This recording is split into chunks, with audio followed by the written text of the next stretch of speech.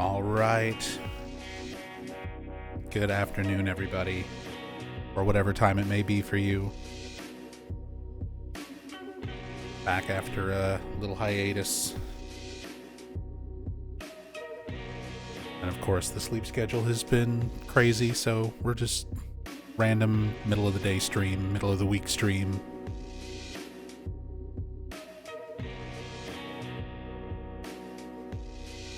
What's up, Father Ikari? Hey, Grove Sleeper. What's up, Kona? Hey, Pablo. What's up, Rushmore? Hello, Nora. Hey, Clappy. Technokami, hello. Liv. Zomchi.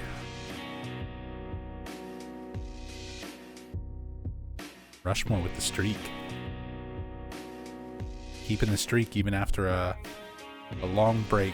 Very impressive. Sullivan's.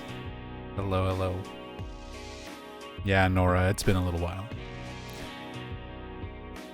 Took a little bit of time, a little bit more time than I wanted, but some time needed away. My mental health was not doing great. I've been very stressed. This has been an extremely difficult year. I lost a lot of time to be able to stream and work on stuff because of my health over the course of this year. And Rachel's been sick, so she hasn't been feeling well. She hasn't been able to do a whole lot. So between the two of us, like, with medical bills and everything else piling on top of a lot of time not being able to work, not being healthy enough to work and do what we need to do, it's been a really difficult year. Really, really difficult year. But we're still hanging in there. We're doing what we can.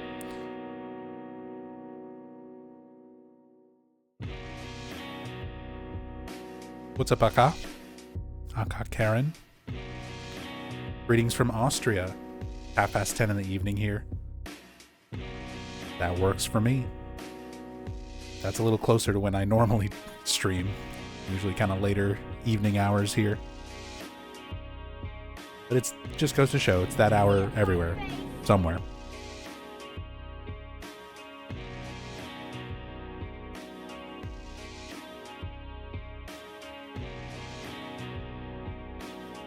Life sucks over here too, if it's any consolation. I'm sorry to hear that, Grove. It's not. I hope everyone is doing well. I hope you're all doing better than us.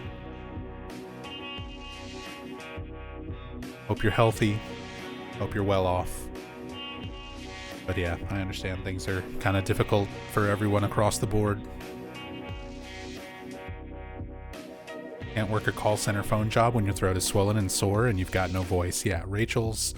We had to take Rachel over to the clinic the other day and get her some prescriptions because she's been having a really, really rough time with what we thought was an infection. The nurse at the clinic said that it wasn't, but at the same time, whatever it has been hitting Rachel very hard. So she hasn't had a voice, and she's been having trouble even just like drinking, eating, swallowing. Her throat's been really, really rough. And her whole job is talking to people. She works a call center, so hasn't been able to work because of that. Been really rough few weeks. And then similarly, part of my whole appeal as a streamer is my voice. And I've also been dealing with my voice. Sinus infection and stuff affecting my voice, having a really bad cough. So my health hasn't been great. I haven't been streaming. My mental health has been in the toilet because it's just been such a rough year. I've got a lot of medical debt that I still owe. We've fallen way behind on our bills. You know, we just got off the bank with the mortgage, or we got off the phone with our bank about the mortgage because we're behind on like everything and don't want to lose our house. That would just make the start of 2026 be awful. So we're trying to scrape together everything we can, which, we can, but it's gonna be tight. It's just stressful. It's just really stressful. It's been a really, really shit year. Incredible Joe. Incredible Joe, thank you so much for the 29 months. You really are incredible. Thank you so much for all that love and support. Thank you, thank you.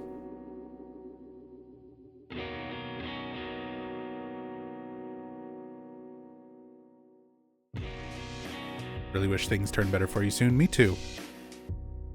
Me too. I hope things in general just improve. Not just for me, but for everyone. Like I said, I know things are kind of difficult everywhere right now. Everybody's feeling it.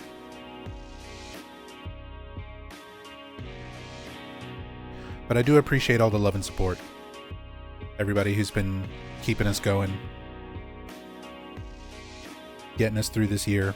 There's been a lot of really amazing community support for like all the crazy shit that's been going down.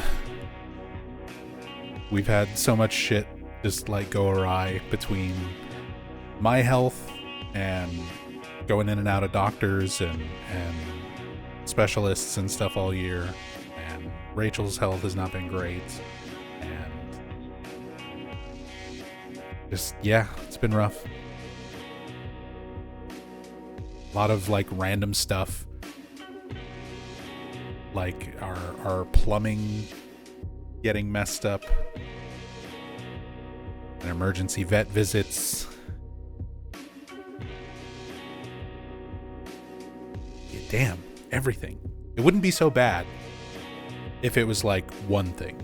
If we were dealing with like one thing at a time. If it was like just my health for that, few months, it sucks, but we would have gotten through it, hit our speed bump, got back on track, and like been okay. But it was just like back to back to back to back, like shit going wrong this year. It's been a struggle. Been a struggle. But like I said, we're trying to get through it, and I appreciate everybody helping us get through it. Like it's been a lot of ups and downs, but this community's been amazing. Everyone's love and support, even during times where I'm not able to be on and stream and stuff, when I'm in like a bad headspace. I don't like jumping on and streaming when I'm depressed and like bummed out and in a horrible mood. I probably sound that way right now because I'm talking about all this downer shit. And things are turning around. It's almost the end of the year. It's almost my birthday. My birthday's in January. There's still hope. There's still some positivity in all of that.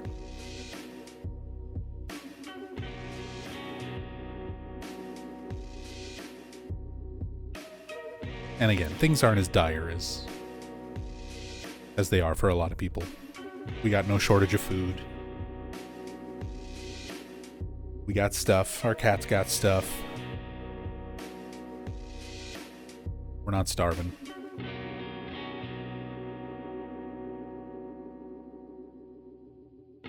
Locomo, thank you so much for the 52 months. Really, really appreciate that love and support, especially right now. Like I said, things are rough across the board, so everybody who's able to spare anything and support in any way especially means a lot to us. Thank you. Howdy everyone, hope y'all are all doing well. Thank you so much, Locomo. Hope you are doing well.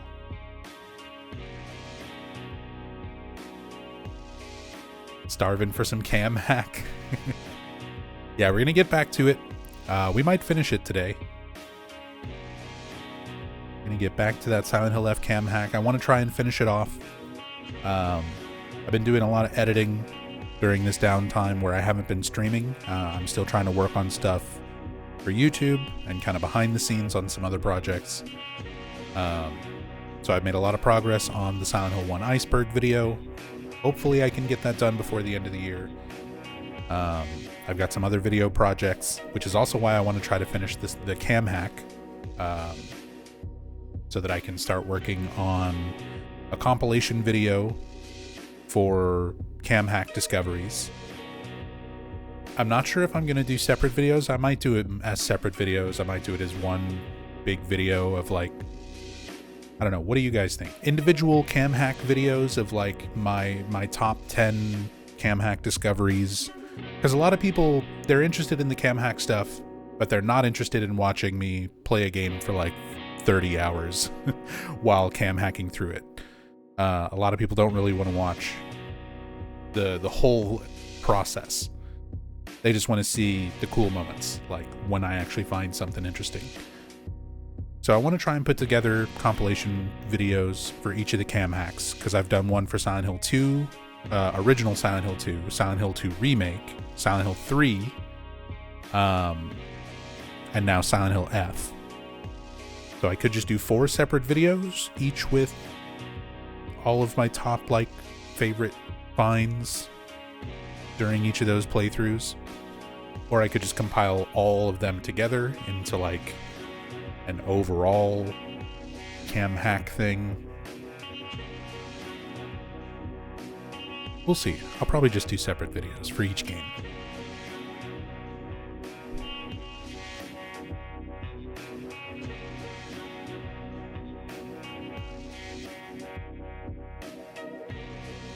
Do you even find a canned bulb in Silent Hill 2 Remake? Technically,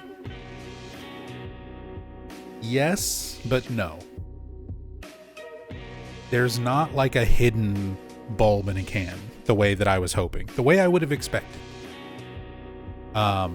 We eventually, at the end of that playthrough, came to the realization that the puzzle where you have to open up the red paint and put in the light bulb, you're technically putting a light bulb in a can, in a paint can, but you never see it happen. You just combine the paint can and the light bulb in your inventory, and then you have a red bulb to use for that puzzle in the hotel. But you don't see like an animation of James putting the bulb in the can. There's never like a can with a bulb in it on screen. So I feel like that doesn't count. That's probably the reference to the canned bulb. But I feel like they would have hidden something in the environment. I was disappointed I never found anything.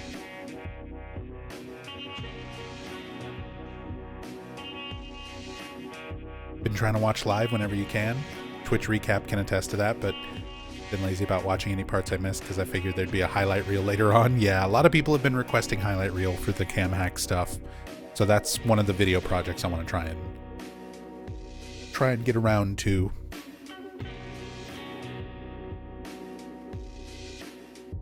But I get it, especially since I have to edit it. It's a lot to watch through. It's a lot to look at to find just a few little moments of like cool discoveries. Hey, what's up, Pigeon Rogue?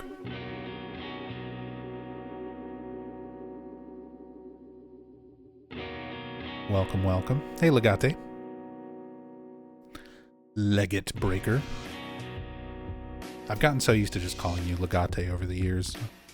The mispronunciation is just part of it.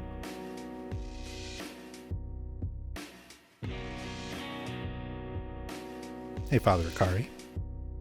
You were here like right at the start.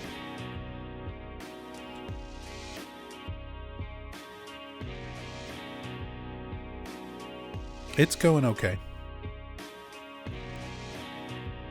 I said things, I was talking about it a little earlier. It's been a rough year. We're here at the end of the year, and I'm having to think about like all this stressful stuff. There's a lot of medical stuff that I couldn't get around to paying. A lot of medical debt that I'm still going to be in going into 2026, which is going to put me further behind on like taxes, because taxes suck when you're a streamer. And then Rachel and I are like falling behind on the mortgage because I've been sick a lot this year and haven't been able to work as much. Rachel's been sick a lot this year and hasn't been able to work as much. It's been a really fucking rough year. in terms of health and income. So now that we're down to the end of the year, we're really feeling it. But trying to stay positive, trying to get into this next year and really put all of our effort into it.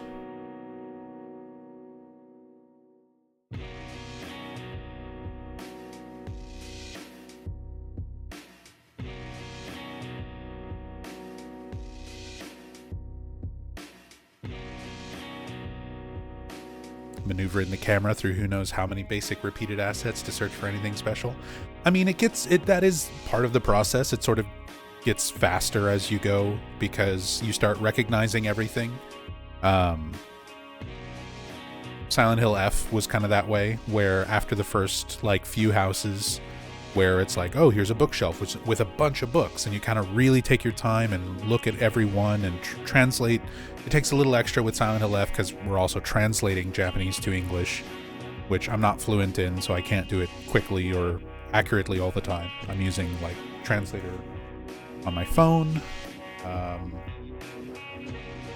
actually go and get, but yeah, using a translator and people in chat who've been helping out who are more fluent, helping translate stuff. But then once you kind of get used to seeing okay, here's these same books, here's these same magazines, here's these same dolls, you kind of start seeing all the repeated assets, and it lets you search through things a little bit quicker with the camera, where stuff that looks new or different, especially towards the end, really starts to stand out more, which we are kind of nearing the end. Let me go get my phone for translating stuff, and then we'll get started.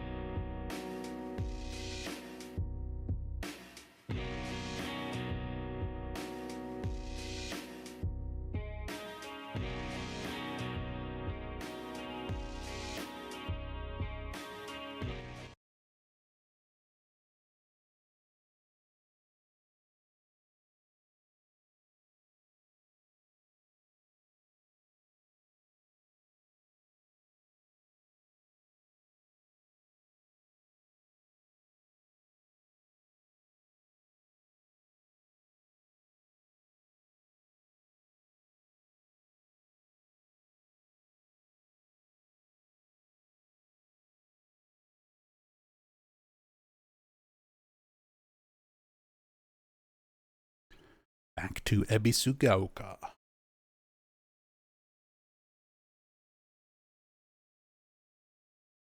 Hey, what's up, Hirimi? Failed in your mission to get a rotisserie chicken. Oh no.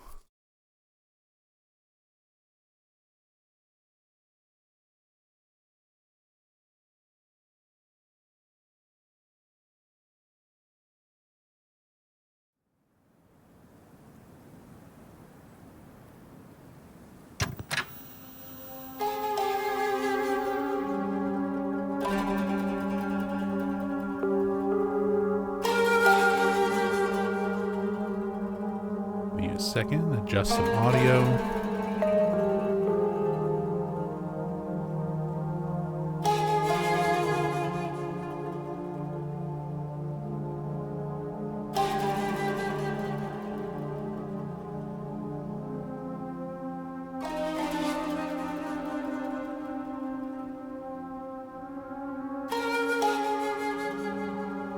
Would just go to another HEB, but gotta leave for work in less than an hour. Mission failed. Get him next time. Oh, sorry. Rest in peace, ears. I'm sorry. I'm trying to adjust my microphone. My microphone is still janky. And, has staticky jump scares. I can't afford a replacement.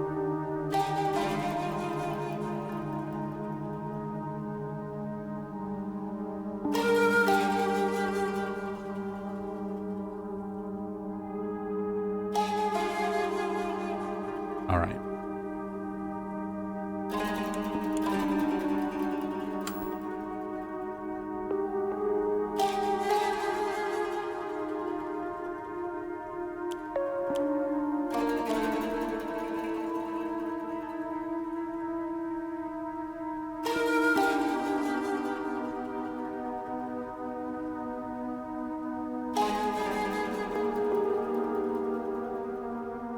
Okay.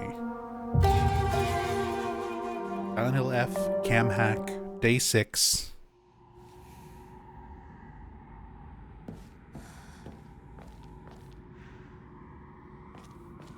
Back in it. Back to Ebisugaoka after a bit of a break.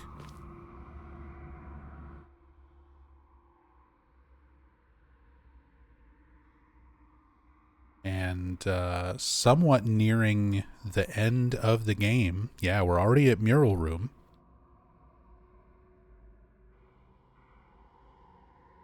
You can take a little bit of a closer look at the mural itself. Love the sleepy fox in the hat here. My favorite.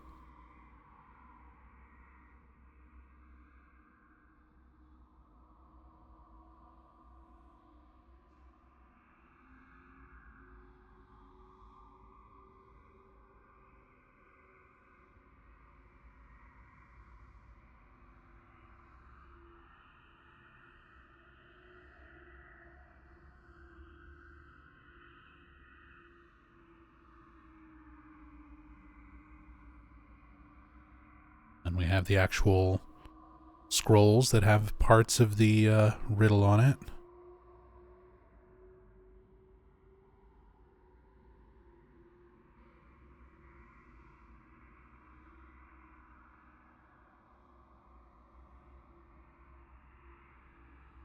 And the fox room's actually rendered in. I wonder if the other rooms... Oh, they are. You can actually see this is not the correct room. And that this is the correct way to go. You can cheat at this puzzle with the cam hack. Just by seeing what's behind each door. Since everything's actually rendered in.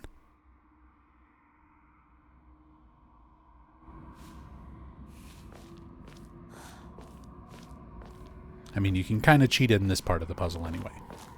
Not so much putting the things in there.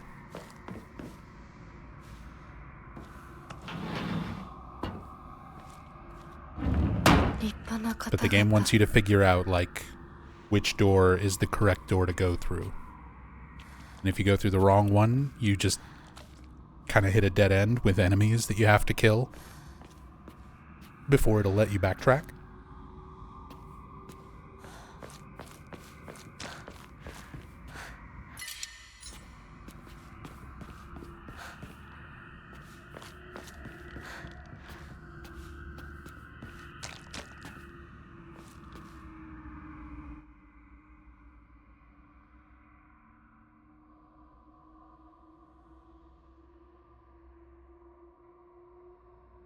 More detail on the fox statues, all the blood on all the Inari statues. You can see where the arrow tip is embedded into it.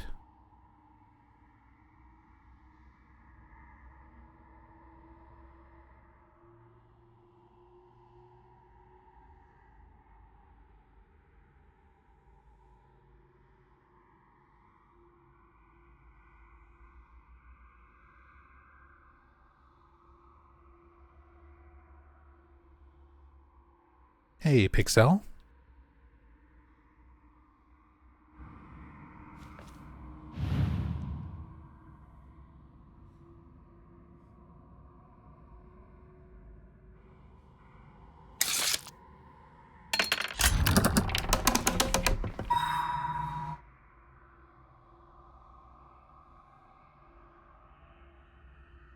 And then the eyes light up. We get the Scroll of Discipline. The time for rebirth is now. Respect us. Serve us. Become the good and clever. Become the good and clever woman you ought to be.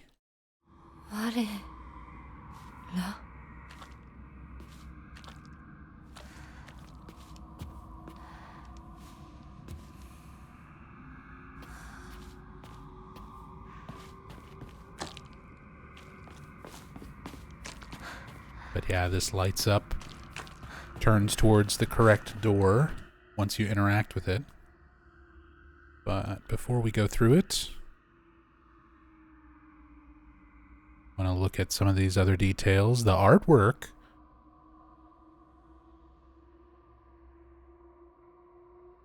Our warrior, our samurai archer, shooting down foxes.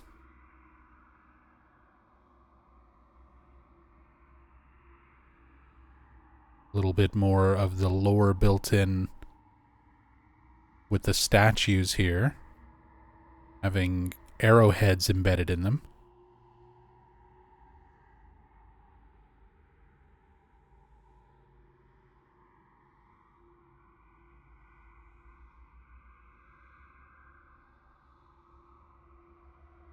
And even without actually going through here,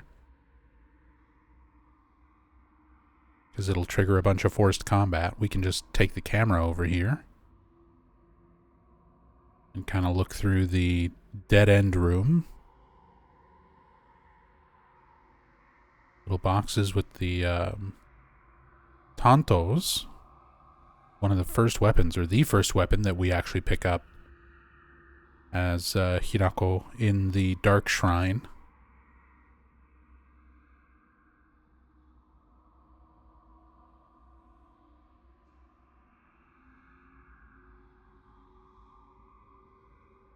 You have this whole, like, torture room area.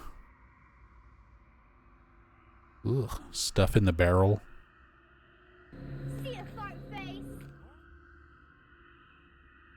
Tassadul. Tassadul, good to see you. Welcome back. Thank you so much for the 29 months. Very much appreciate that. Hope you're doing well, dude.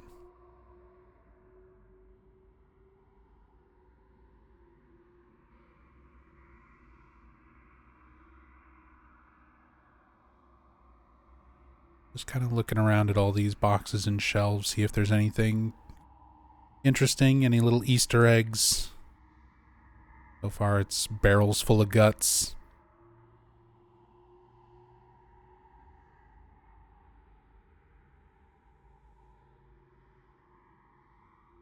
All the cages. You can see all the enemies sort of stuck in here. Missing their faces. Very thematically on point.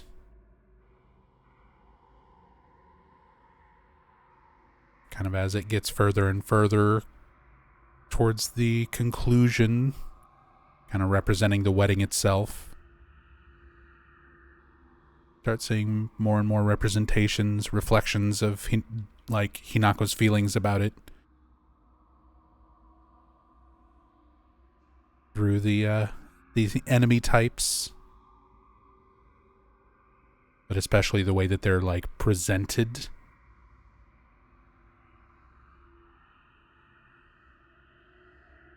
They're caged up, missing their faces, their identities. Kind of the way Hinako feels about being married. She feels like she's trapped into it. That it's not something she's wanting. It's not something that's happening on her terms. And it's not necessarily something that she can get out of easily.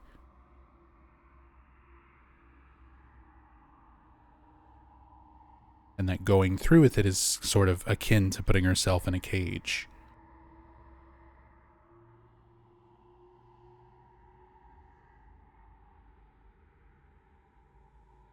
We're seeing a lot of that imagery.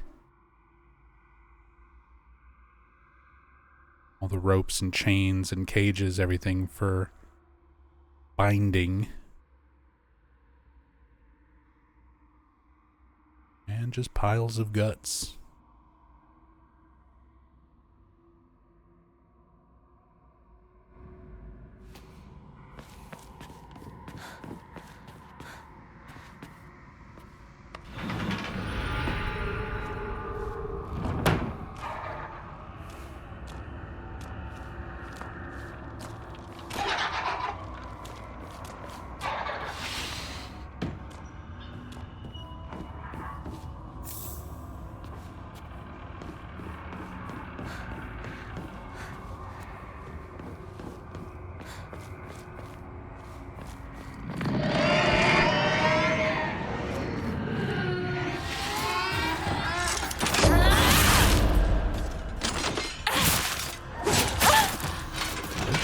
Forgot about you. Forgot about Dre. Here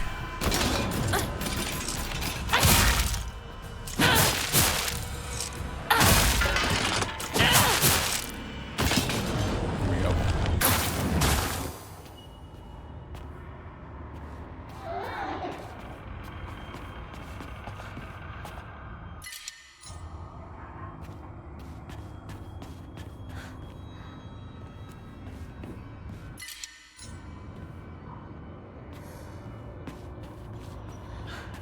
Clear out enemies and then explore.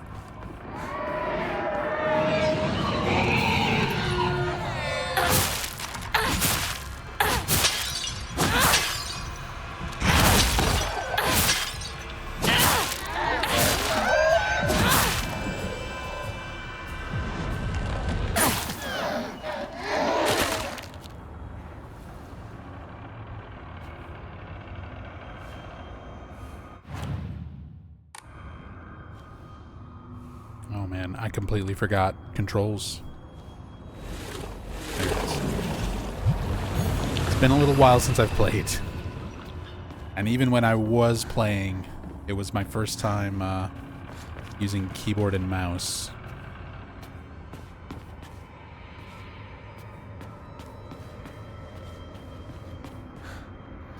So controlling is a little awkward.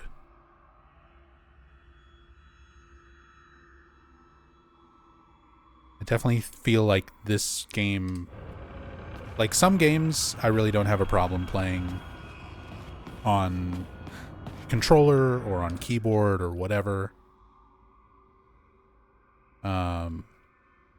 This game definitely feels more comfortable with a controller for me.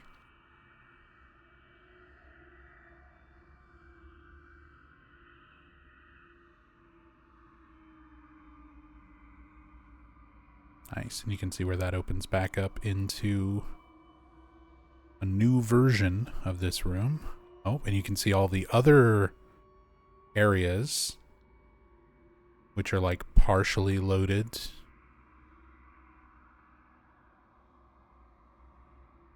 Yeah, so here's like the first version of this room that we came into. And then there's going to be a version of it, yeah, for when the puzzle is actually solved. Or solvable once you have all the things. It's not actually sending you back to the exact same room every time.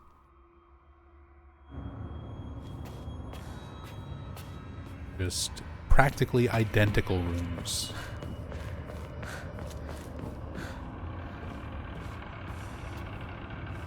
I did want to take the camera back here.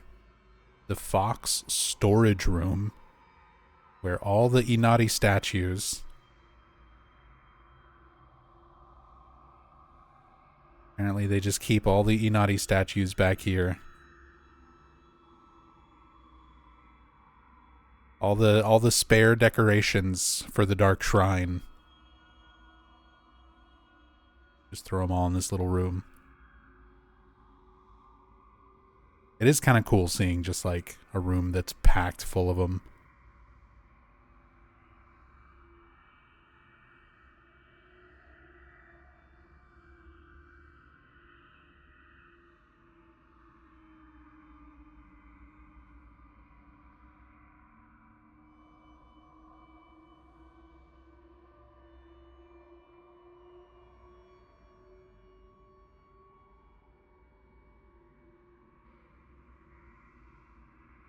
And at the same time might actually really work for some of the other parts of the Dark Shrine where there are other statues. Like they might just move these,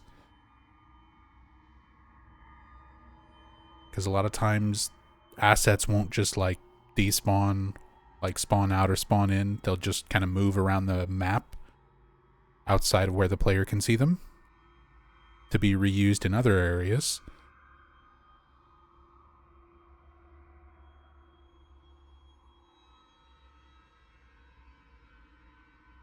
So a room like this might be more than just decoration. It could have a functional purpose as well. But I think a lot of it is just kind of how cool it is seeing a room, and you don't normally get to go in there.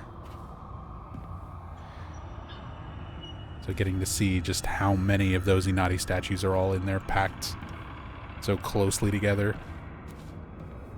It's just a cool visual.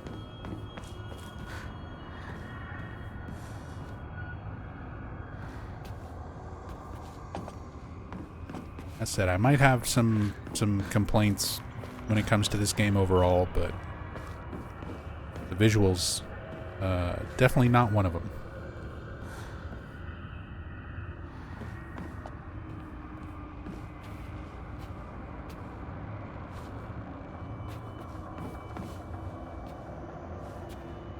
A lot of stuff here is repeated assets that we've seen in other parts of the Dark Shrine.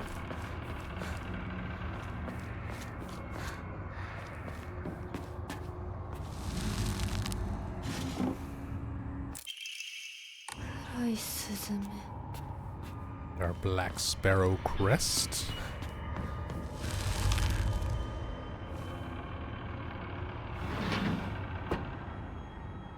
And we can move into part 2 of this puzzle.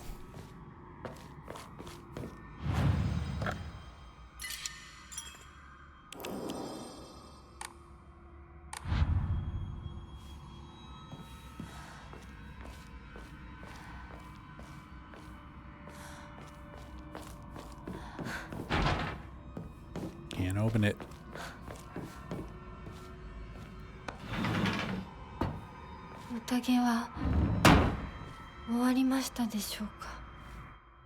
The banquet has come to a close.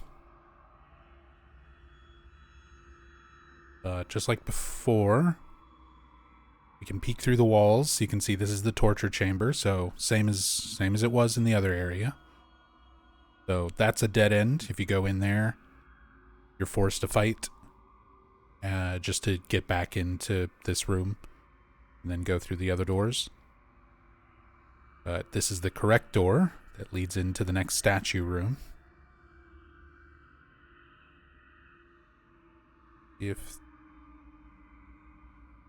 Yeah, this little scroll over here. So the first version of this room, we see the archer attacking the foxes, attacking and killing the foxes. Then we see a Kyubi or a Shichibi. 3, 4, 5 tails actually.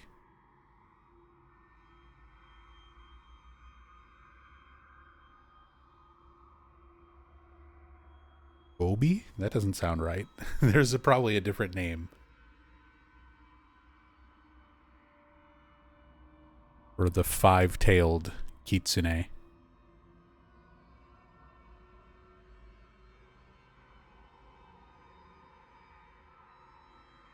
But it looks like it got attacked, it's shot with the arrows, but it also got its revenge on the humans who were attacking it. We're getting some storytelling as we progress through each of these rooms. Somewhat building up that background lore of the gods existing in this battle with each other as well as with the humans. And sort of vying for control over the people.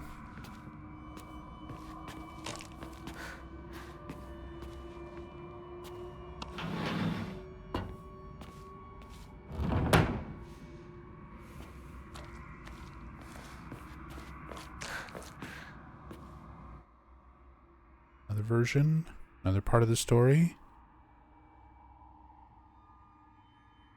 Lots of different yokai attacking the fox. All these other yokai attacking the kitsune. Rokurokubi, the long neck woman.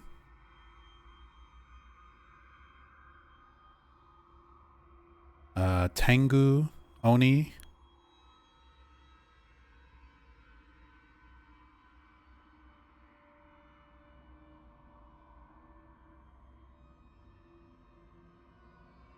But some different traditional Japanese yokai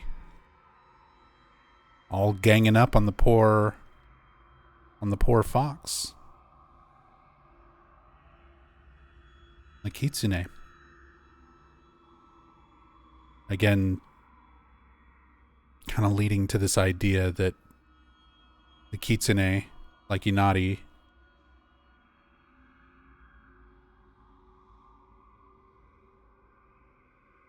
they're all sort of locked into this battle with other spiritual beings, other yokai, other gods, other deities.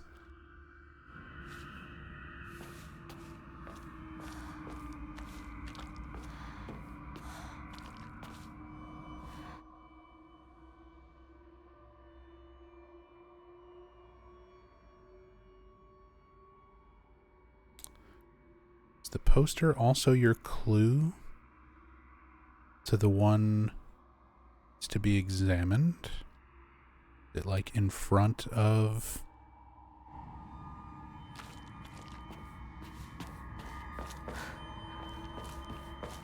No? Because it's this one.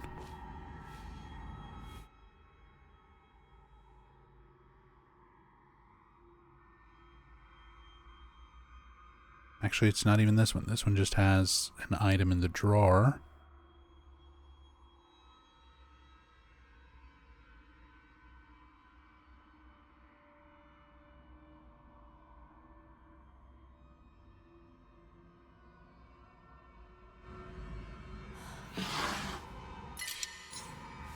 Some of that kudzu tea.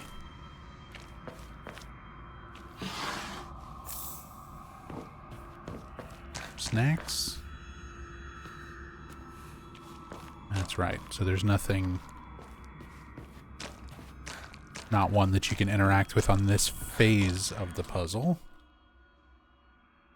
Again, we can take a look into these rooms. This is the second phase dead end, similar to the torture room in the first phase, where it just kind of puts you into a dead end and you have to fight stuff just to get back. This is the dead end.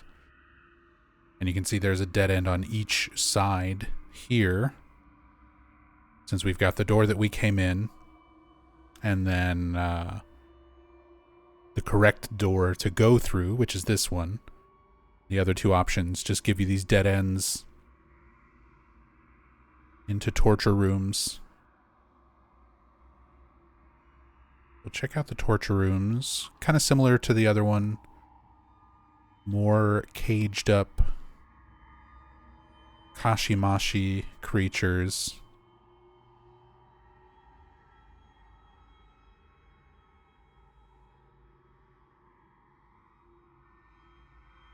Yeah, the same sort of chains and torture devices. The noose. These are particularly awful. Like, more than just being gallows where you would be, like, strung up and hanged to death. You're not meant to be, like, completely choked by this. You're meant to be hung up just enough to where your feet barely touch the tops of these, you know, pointed bits of wood.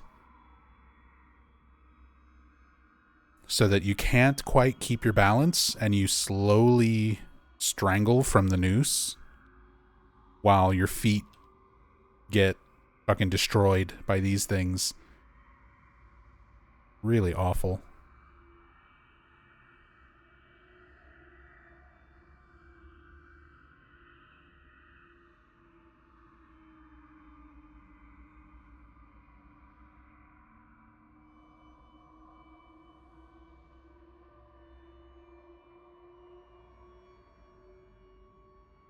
Hope this game wins some of the awards this year. I mean, to me, it's definitely deserving of some awards in terms of, like, art design and sound design.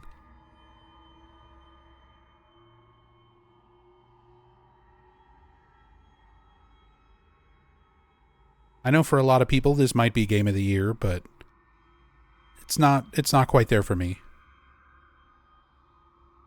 I enjoyed this game. I really do like it.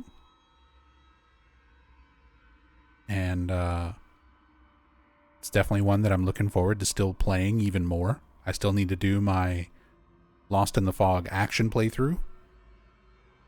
And I still need to do a casual playthrough since they added the new casual difficulty in the last big update.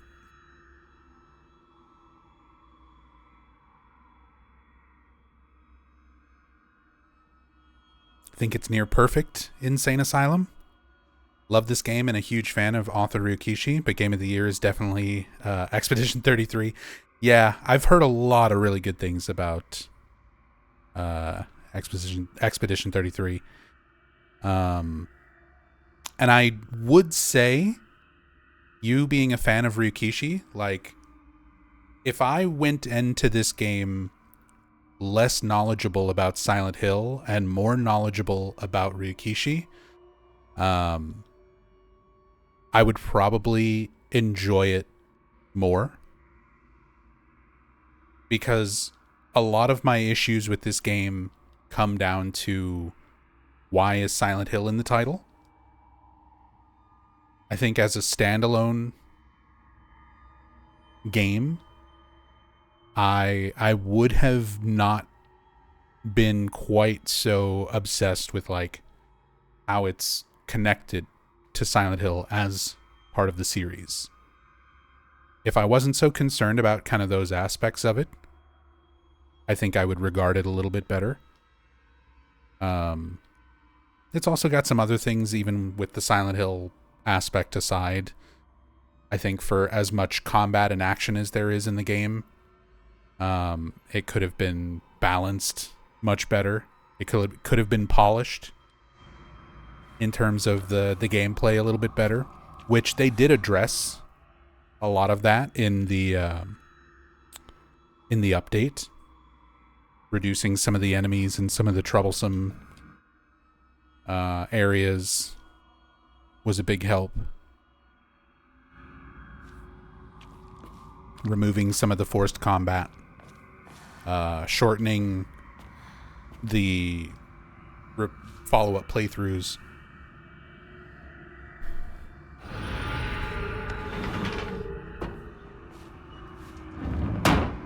Changing up that stuff really helped a lot, I think. Stuff that could have benefited from being there on launch.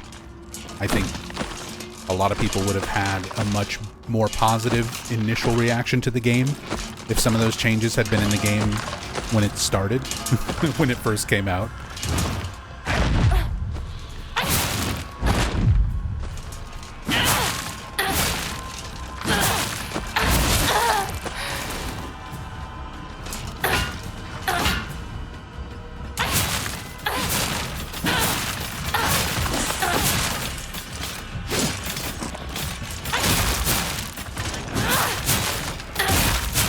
But even with all my complaints, like, this game is still a pretty solid, like, 7.5 for me out of 10. Maybe even an 8 with the changes after the patch.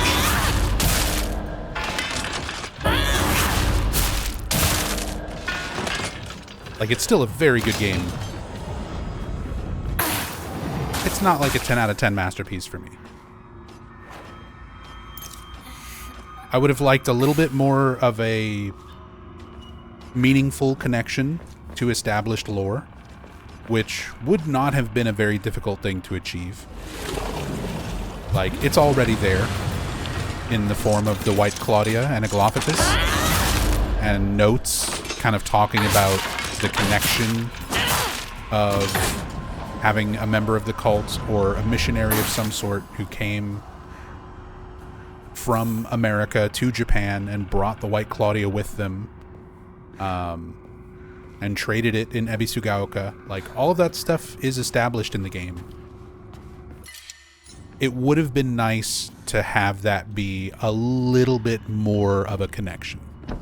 If we would have gotten to see that missionary who went and traded the White Claudia, if we would have gotten to see that cult member and saw that it was like a member of the Gillespie family or a member of the Wolf family, that would have been so appropriate. The wolf giving the White Claudia that eventually gets used by the foxes.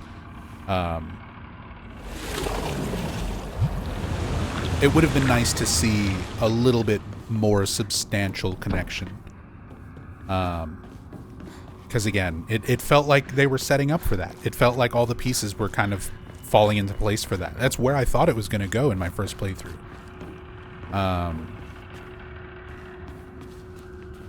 And then it just never quite pans out. Like, they don't really flesh it out anymore beyond that.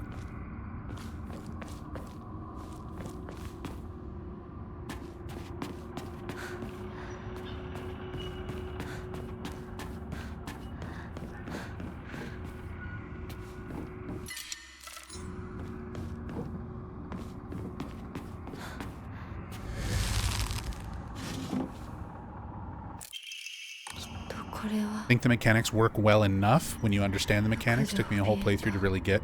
Oh yeah, it definitely took me a while to figure out how focus and counters and I'm still not good at actually like knowing all of the enemy timings and everything like that. Like, that's going to take a lot more playthroughs, and probably like not until I get used to speedrunning this game and really grinding it out will I get to a point of like really understanding timing on a lot of the combat and stuff. But what I mean is, like, the mechanics do work well enough. They're fine. But this is a game that, especially on launch, had and continues to have so much focus around combat. So much focus around combat. More so than any other game in the series so far. Except for arguably, like, Book of Memories. But there's, like, so much combat. For a game that is going to have that much combat and that much emphasis on it, it should have been polished a bit better. A little bit better. It's not bad, but if there's going to be that much combat. It needs to be great. The same way that, like, we just got through this should tell you everything. This should tell you everything, right? When I play a game, let me think, like some action games where the combat feels really good. Like a lot of times the Dark Souls games feel really good. It's very satisfying when you take down like a boss and learn enemy patterns and get used to fighting them with you know, all of the skills that you can, along with your own reflexes and your own ingenuity. Or even some goofier stuff, because this has some pretty goofy stuff in it with like the fox arm and the devil trigger rage mode type stuff. So even something like a Devil May Cry or a Bayonetta or like a Metal Gear Rising Revengeance type of game, I love those games because the combat feels good. It never feels like a punishment to fight something. I'm never like, oh God, I gotta do more combat. I'm like, hell yes, here are more things to fight.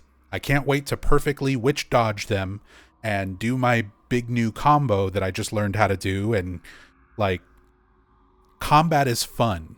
It's not a punishment. This game, we're literally doing a puzzle right now where if you go through the wrong door, if you do this part of the puzzle wrong, you are punished with combat. And it feels like a punishment. Having to go through and fight, like, oh great, I gotta go through and fight these fucking enemies just so that I can backtrack and go back to where I was. Like, the combat in this is serviceable, but it doesn't feel good. To me. This, I feel, is going to be a very subjective thing. It's going to come down to personal taste and personal preference.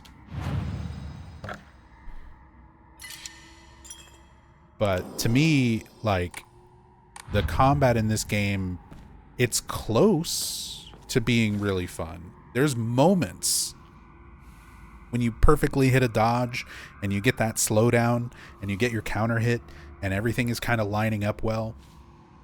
You've got your Omamori build and everything is like, there's moments where it's like, yeah, I made my build and it strategically worked and I hit my timings and everything felt good.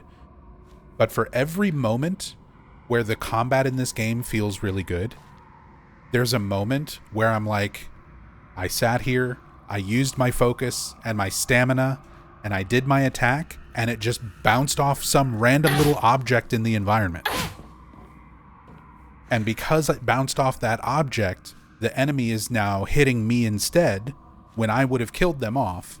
Now I'm getting hit and stun locked, especially on like hard mode and Lost in the Fog mode. You get hit and you get stun locked and you get hit by something else and you get stun locked by their chain of attacks, and then depending on what difficulty you're on, you're just dead. Because like an attack bounced off of a shitty hitbox in the environment. Because you're trying to fight 2 or 3 or 4 things in a little hallway with like this much space around you. And you bounce off of everything. Stuff like that feels bad. Stuff like that feels really bad.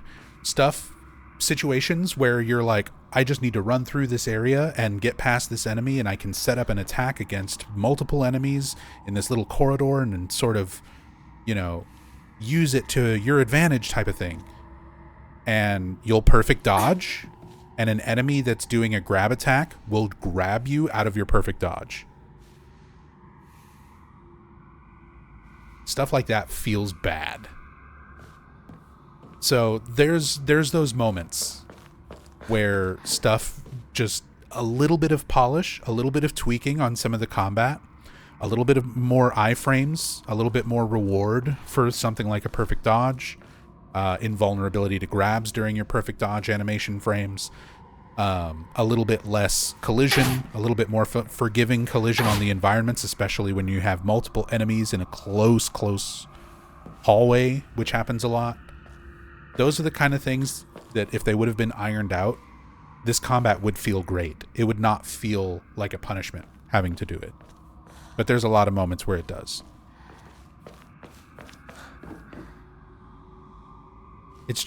it's just rough enough to kind of not be fully satisfying. And if you have a game where combat is kind of secondary to everything else, then just fine is completely good enough. Every other Silent Hill game in the series has had relatively lackluster combat mechanics. But that's because the combat was very secondary to the rest of the game that's going on, and the majority of it is avoidable. Like, you aren't supposed to engage in combat with everything that you come across in the Silent Hill series. That's not really how you're supposed to approach things. This game, it's a little bit more encouraged and even forced. It's less so after the update, which removed a lot of the forced combat situations, but on launch, you know, there's a lot of forced combat. A lot of... When you're going to have a game, like I said, that has that much focus on action, you want all that combat to feel good. You don't want to feel forced into it if it doesn't feel good. And this game kind of does both. Like, combat's a little bit rough, and it forces you to use it a lot. So it's not even something that you can try to, like, ignore. It forces you to engage in it. Scroll of Discipline. Come close. Women must submit to men. Kotoyuki is still but a fledgling. Come, and we shall treat you as we see fit. Look into my eyes.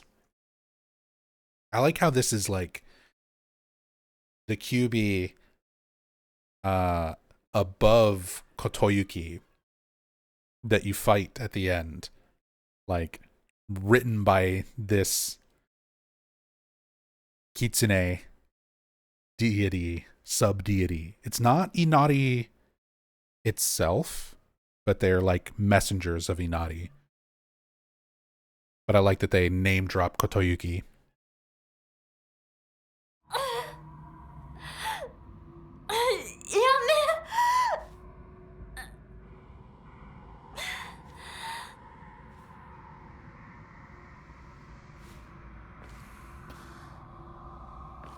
And she even reacts to it. Picking up that scroll about discipline. Having to be a subservient wife.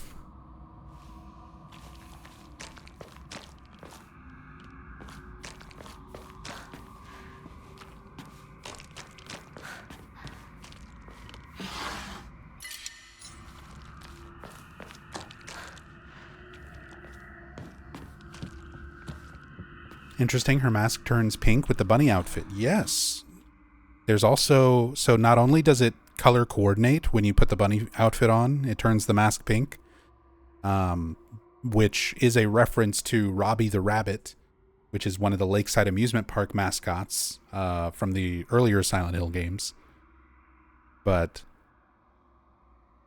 Robbie has a very iconic blood stain across his mouth in Silent Hill 3, the mascot outfit.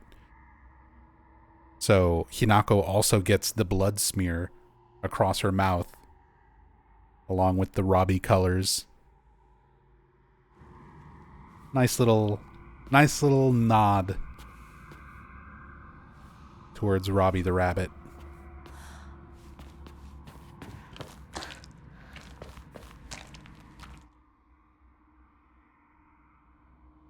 Did you check behind Hinako's mask to see if they modeled her flayed face? Yes, I did. See if I can get the angles right. But we'll do it again.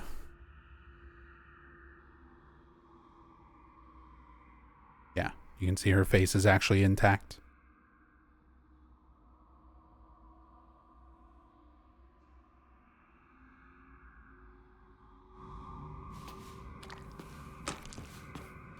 Face is intact. Yeah, nothing going to be rendered behind the locked doors.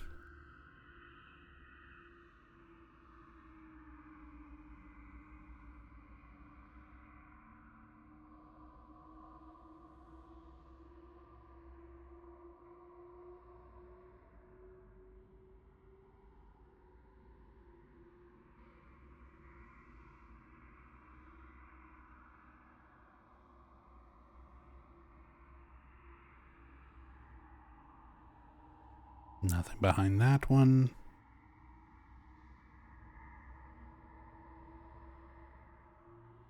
Nothing actually renders behind any of those. Except for this room.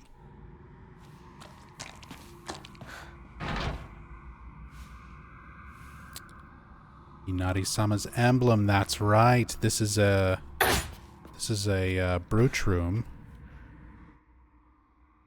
Not supposed to be able to get in there. I might break my game, but I'm going to teleport in here.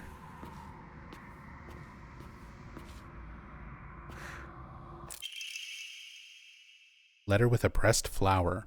There used to be nothing I hated more in the world than being forced to live as a proper girl.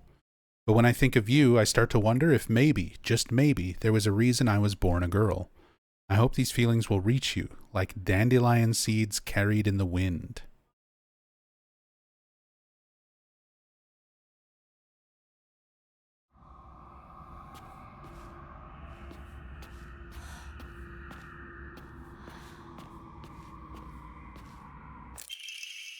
Mandate of the clan. A living sacrifice shall be offered every 8 years, for nothing else can quell the wrath which dwells in the waters deep. So that's referring to the dragon's head, the water dragon. A living sacrifice shall be offered every 8 years. Nothing else can quell the wrath which dwells in the waters deep. She shall be a maiden, fair and pure of heart, and the blood which flows through her veins shall be that which has been blessed by the stars and is beloved by fate. Interesting the way this is written. It's kind of similar to like the Crimson Tome, or not the Crimson Tome from Silent Hill 4, but the Crimson Ceremony, the rebirth ending item from Silent Hill 2. Let it be known that only the most suitable sacrifice shall quench the being's vicious thirst. The duty of finding such a sacrifice shall fall upon the head of this house. Which eventually does become Kotoyuki. Kotoyuki becomes the head of the house. So like, this kind of puts the context of like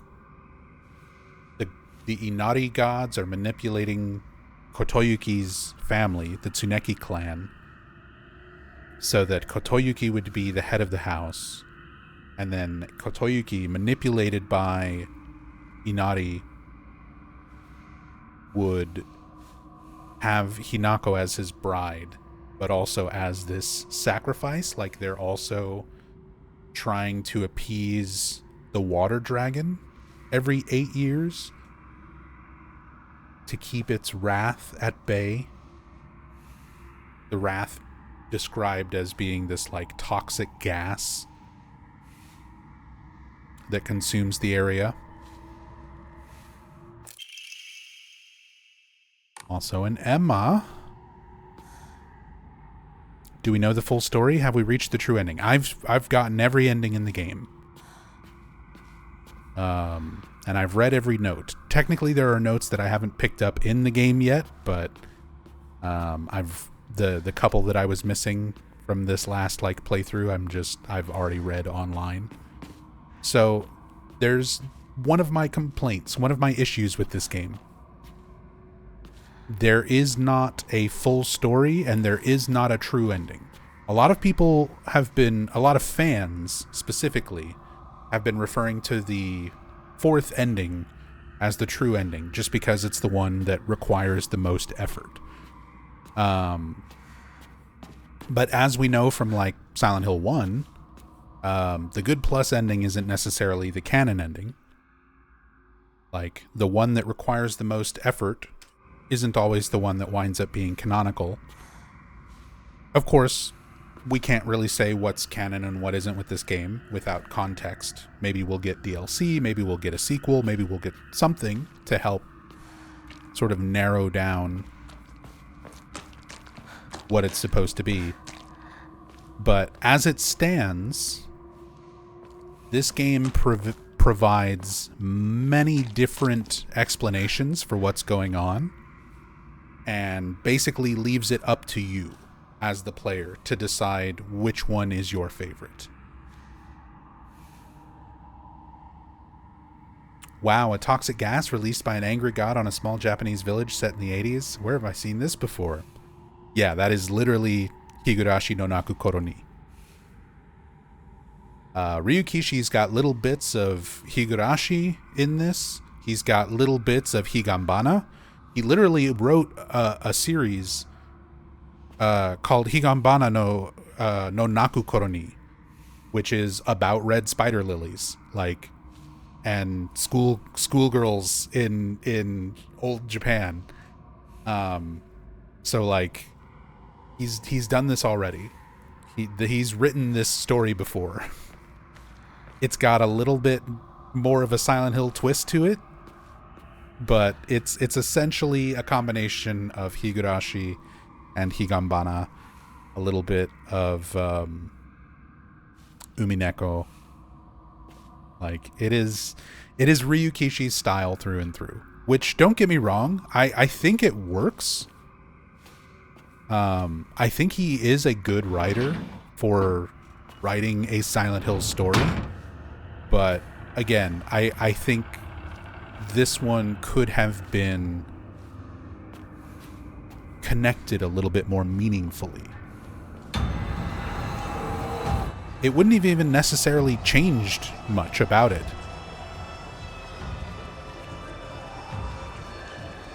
It wouldn't have even necessarily needed to change a whole lot in this game. I feel like this game, if there had been a little bit more meaningful connection, if we had gotten to see a cultist, like a flashback or a visual of the person who came to the town and brought the White Claudia and the Aglophilus, if we had seen the actual cult presence somewhere in the game, even just for a little bit, and if we had seen a little bit more reality, if we had gotten a glimpse of Hinako as an adult at her wedding, wearing her wedding dress, her friends are there, dressed nicely. You have the one ending where you hear her talking about looking weird in a dress and Shu looking weird in a suit. If we would have gotten to see them just for a moment, so that we know for sure, like, here is an element of reality. Here is these characters, they're in their 20s, they're at Hinako's wedding.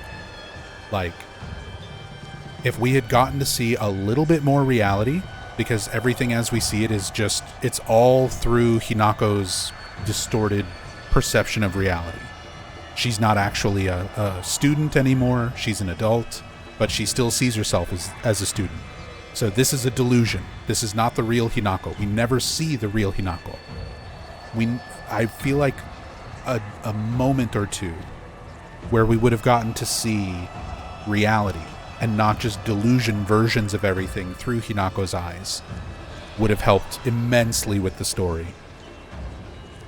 An extra glimpse or two of reality and a little bit more meaningful connection to established series lore, and this game could have easily been a 9 out of 10 or a 10 out of 10. Like,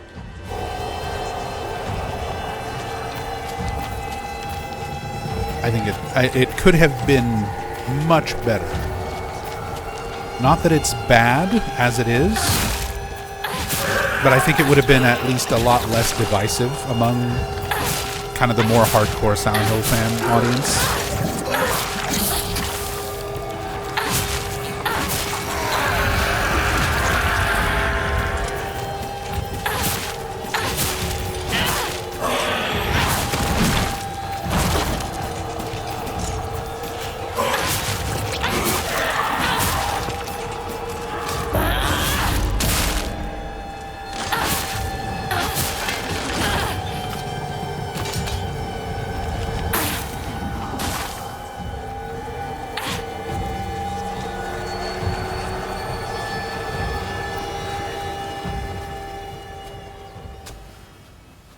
Junko-san.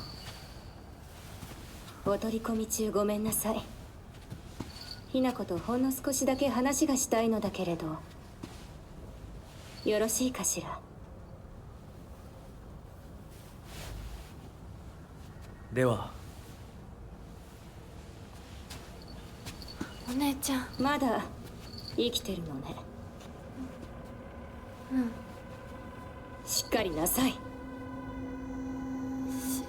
っかりって。未練は拙速では立てない。そう思い時間を与えたけれど、生きていてもいいなんて考えてないわよね。そんな甘えは許さない。殺せ、必ず。もう少し外していた方がいいかな。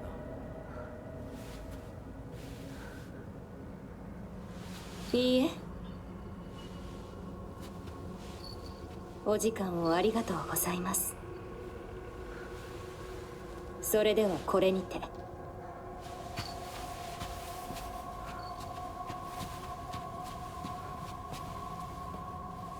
姉妹で語り合えたかね。はい。それでは行こうか。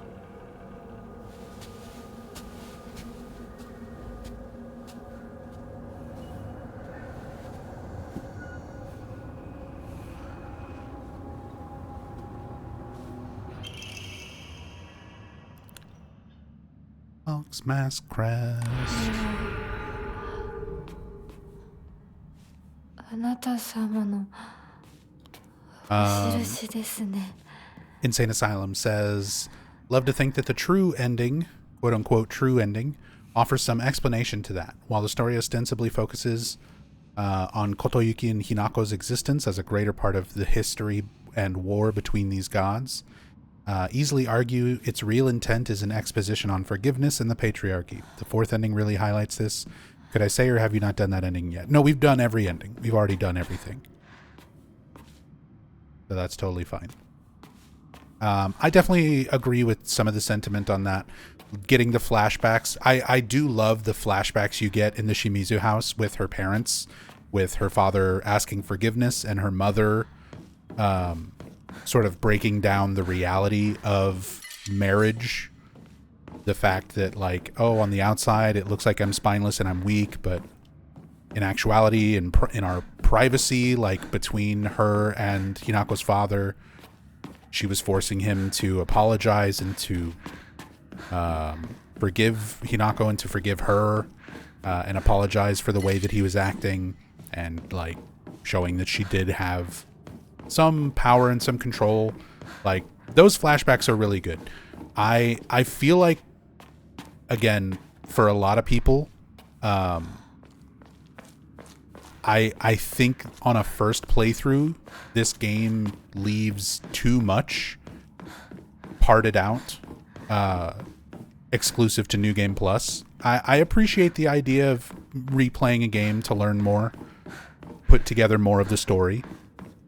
Silent Hill has always kind of been about like playing things repeatedly and observing things with new context.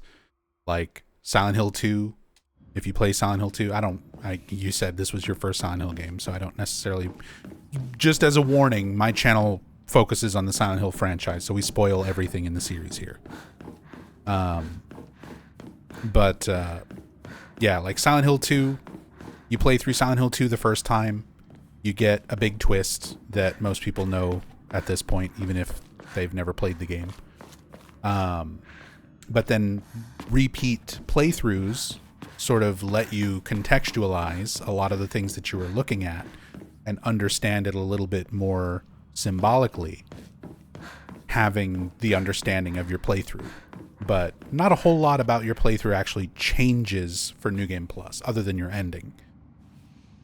This game, stuff changes pretty dramatically for your New Game Plus playthroughs, which is nice, but it also feels like a lot of stuff that was unnecessarily removed from your first playthrough just to make those follow-up playthroughs seem more substantial. And it unfortunately means that the first playthrough that most people are going to have, because the vast majority of people who play this game are not going to play it 4 or 5 times. They're going to play it once. They're going to play it once. They're going to see the first ending. They're not even going to find all the notes or read them, for that matter. Most people, on a first playthrough, like, it's impossible to get all the notes and information anyway on a single playthrough. But even if you were to get everything possible on a first playthrough, it is a very unsatisfying conclusion. It is a really, really unsatisfying amount of information. So for a lot of people, they're going to play it once. They're going to see that new game ending that you're forced to get, and they're going to be like, well, that sucked. And they're not going to bother with a second playthrough to learn more. So while I do like a lot of the stuff that's in New Game Plus, there's a lot of it that I think should have been in New Game,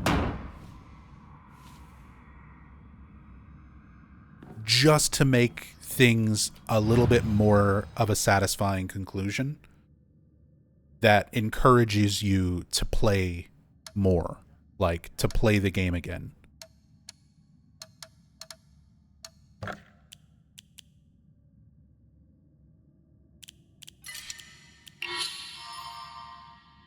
I still have one more. Hey, all the Emmas. All the Emmas. All the upgrades. We've got all the upgrades. We've got all the Omamori.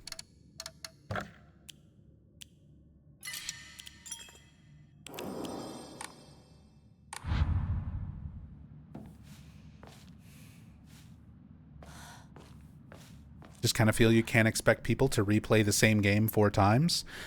And again, that kind of falls into the gameplay itself. I think if the gameplay was more satisfying, if it was a more fun, more polished combat mechanic, set of combat mechanics, I think it would have been more appealing for people to want to play it again and again.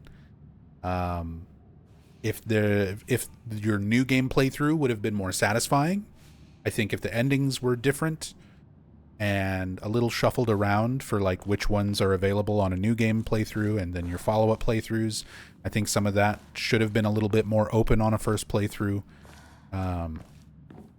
so that the story comes together a little bit more and still encourages you to play it again. Like, yeah, some changes, some little changes, some little tweaks here and there. I think it would have been more satisfying. It was way more satisfying than 1, I feel. Oh, you mean like ending number 1 versus ending number 3. Ending 3 would do that, right? If it was offered as the first as well. Yeah. Yeah, I definitely feel like there should have been more than just ending 1 available on a new game playthrough. All right, let me catch up on some of these other comments. Great idea, great story, great environment support, decent execution, horrible replayability.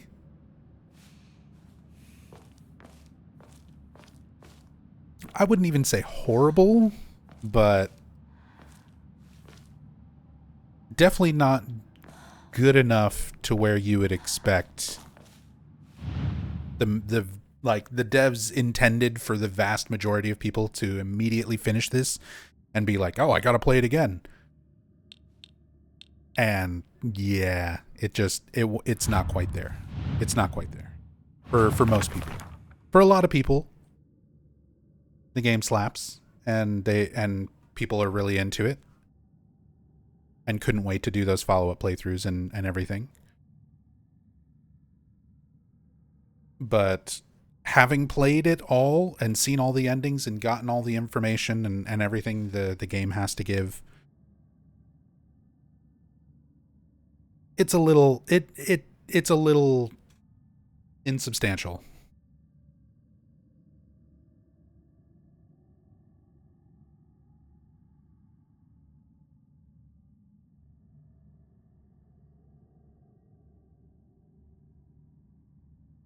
Mural puzzle. 2 chicks confide in one another in their shells. A fox watches over them in the light of his lantern. Nobody knows when or even if the eggs will hatch. Not even the chicks themselves.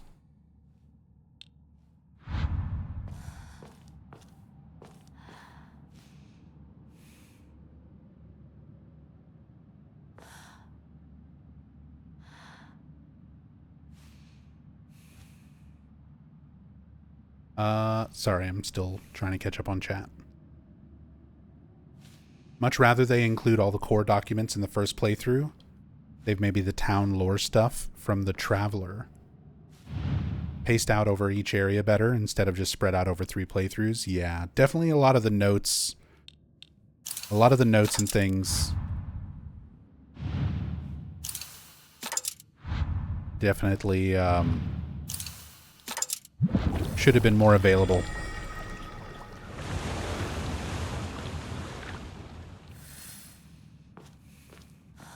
More available on a first playthrough. Yeah, some more unlockables. Although, to be fair, the sword and the beam saber, they're a lot of fun. I do love the stuff that is in here. But yeah, some extra unlockables never hurts in terms of replayability. Some new costumes, some new omamori, some more weapons, stuff like that would have been nice. Hey Nub Zombie, what's up, Ghosted Ghoul? Few questions you may have already answered, but how do you feel about the enemy design and combat? Do you prefer New Game playthroughs after New Game Plus playthroughs? Enemy design I love. I really like the enemy design in this game. For a lot of enemies, like, I always hated the more humanoid type enemies in horror games, especially Silent Hill. I like more abstract monsters where it doesn't just sort of look like a messed up humanoid. One of the things I criticize a lot, for example, is like Silent Hill Downpour enemy design, where it's just like a lady with long fingernails in a dirty dress and pointy teeth, and it just sort of looks like a dirty lady.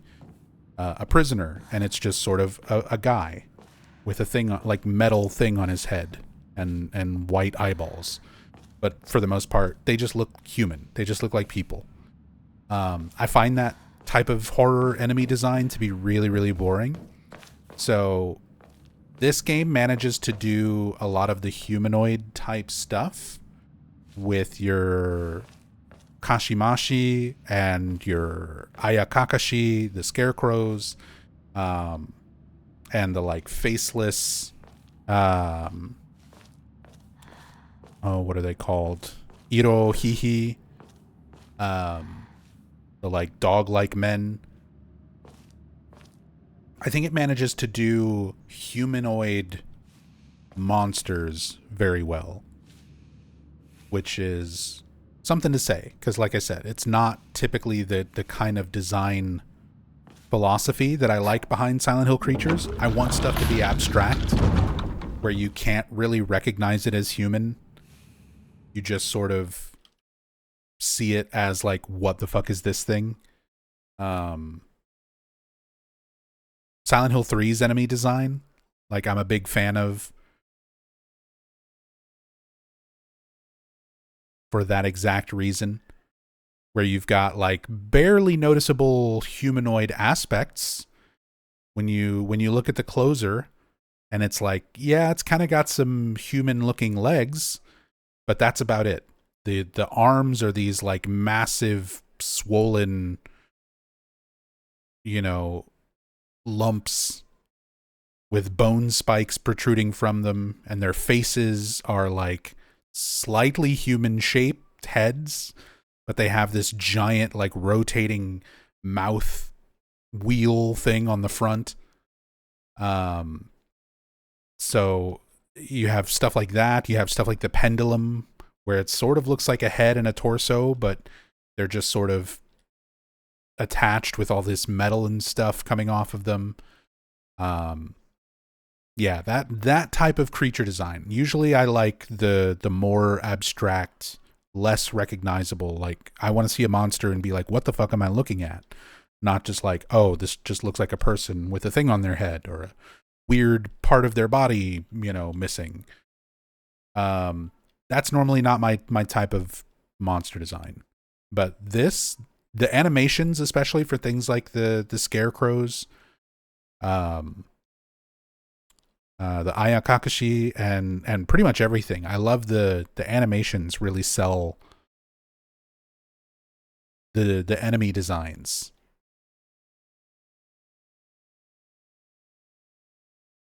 And there's a lot of really great details to them. Like, I didn't realize until several playthroughs in that when you're fighting the Kashimashi, their faces will fall off in combat. Sometimes when you hit them, their faces will just like fall to the ground. And then they keep fighting you. So that type of stuff I really like. Enemy design, I think, is very good. Also, you asked if I prefer like New Game or New Game Plus. I much more prefer New Game Plus over New Game. This game feels much, much more satisfying to play with omomoris and stat upgrades.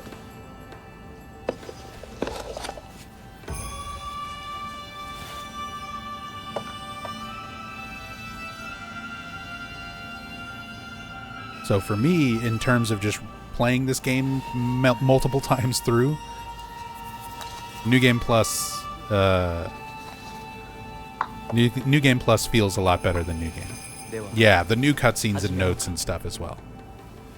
Hi.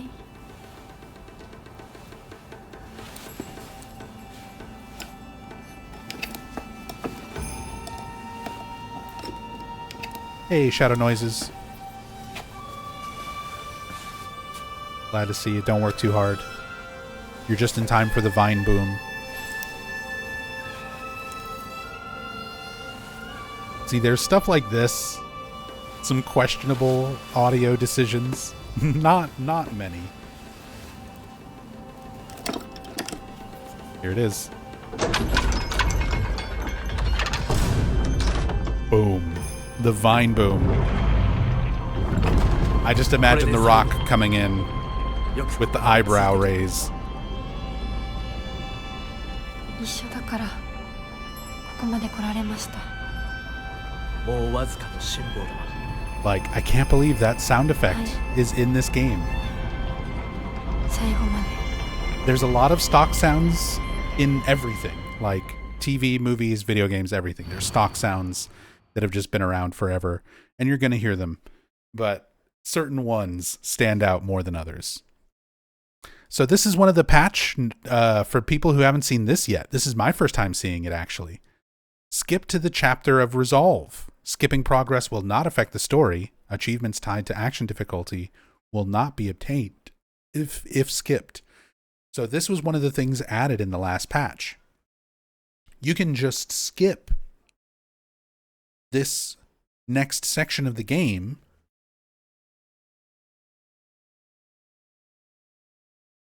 So if you're trying to do repeat playthroughs, a lot of people were complaining about how long it takes to do your New Game Plus playthroughs to get the rest of the story and everything like that. So if you're grinding out endings and stuff for this game, they added skipping this chapter to sort of make this process a little bit faster. We will not be skipping, just in case there's anything different I get to look at with the free cam. I think it's mostly just fighting, going back through the town that we've already looked at. So there's probably not a whole lot of new stuff for us to look at, but just in case there is, I'm not going to be skipping.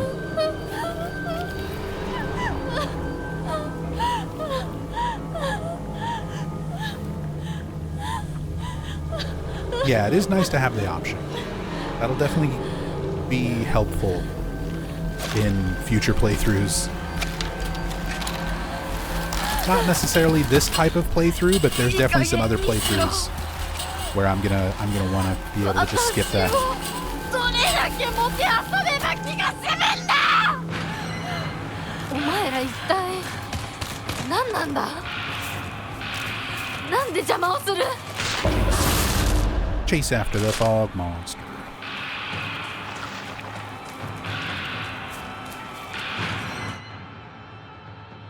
We can zoom in. Get a little bit closer look at our Shiromoku, our bride Hinako.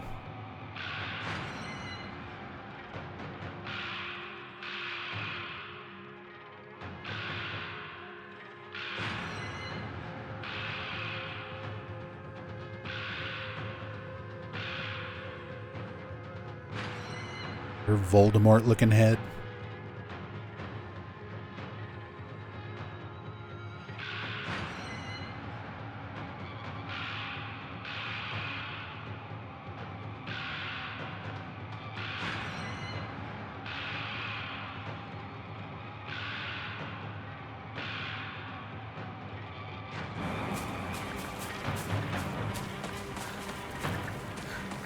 Has the head been sewn on? It looks like the neck. Yes. So this detail where the head looks like it's been severed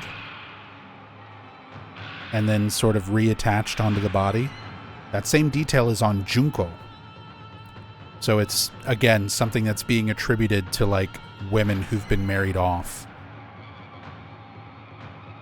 Same way having their face removed is like them giving up their own personal identity, because you are no longer just yourself. You are part of the family, part of the clan that you've been married into.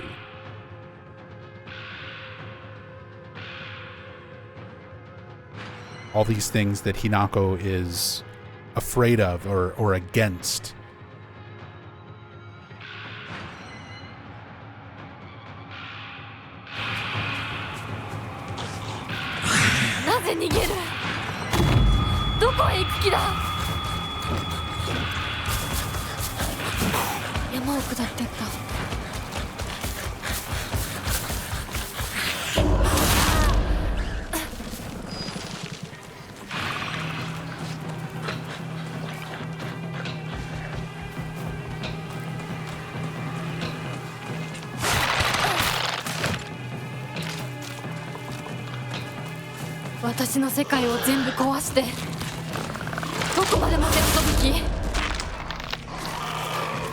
Yeah, and a lot of these sections, a lot of this here was originally forced combat. Oh, they moved this guy. This guy used to be blocking that pathway a little bit more. So they've definitely shifted around enemy placement here. Okay, so if you choose not to skip this section, you still have to fight here, which makes sense. But it gives you the option to skip this whole section if you've already played it anyway. So technically, you don't have to do this.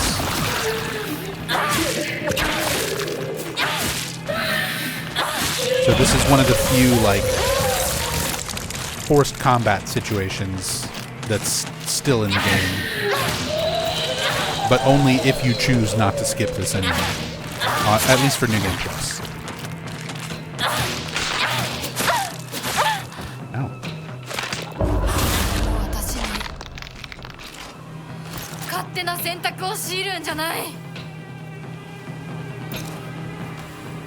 Oops. I didn't mean to do that.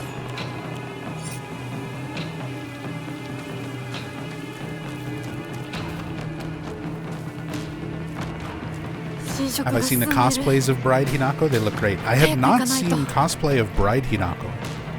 I've seen lots of Hinako cosplay. I've seen some Kotoyuki cosplayers. I've seen some Kashimashi and Ayakakashi cosplayers, but I have not seen Bride Hinako.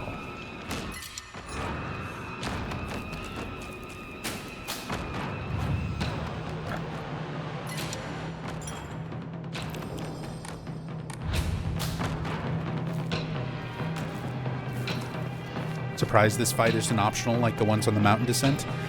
I mean, I guess they figured that's why they give you the option to skip this whole chapter once you finish the mural. Once you finish the mural puzzle, like, you can opt out of this entire section. So that's your way of skipping these fights. You literally skip all of them with the dialogue option after the mural puzzle. この私が取り戻してやる。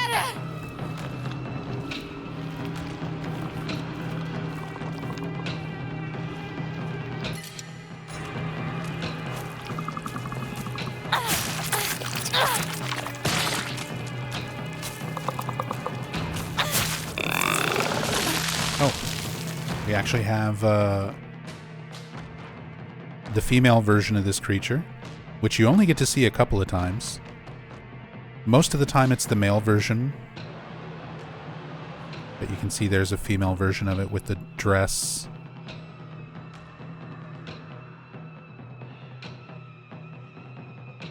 A little bit different faces.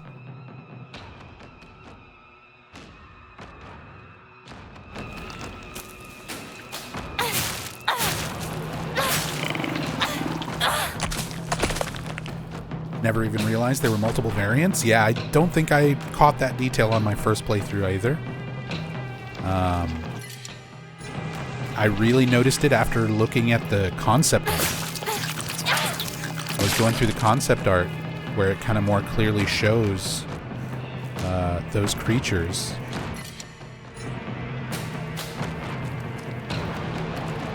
And then after that, on subsequent playthroughs, I realized, like, oh, you actually encounter male and female versions of this. Pre-bought the game way before release and got the Pink Bunny out costume without buying Special Edition. A few weeks later, they removed it on me. Was not impressed. Yeah, they made a mistake and gave it out to people who hadn't actually got the Deluxe Edition. They should have just let people keep it. It honestly, there's so little content in the game as it is. It should have just been unlockable. It shouldn't have been part of the Deluxe Edition thing anyway.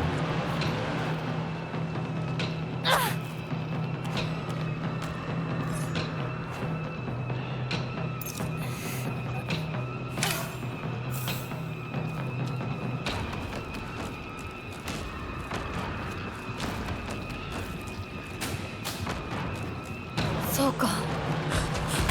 全てはあそこから始まった。私の人生は、選択は、幸せは自ら選ぶ。私が。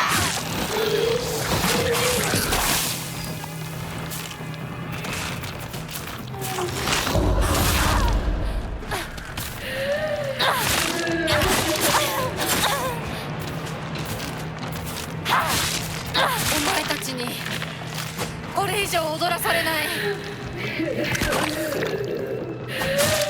私の生き方は私が選ぶ。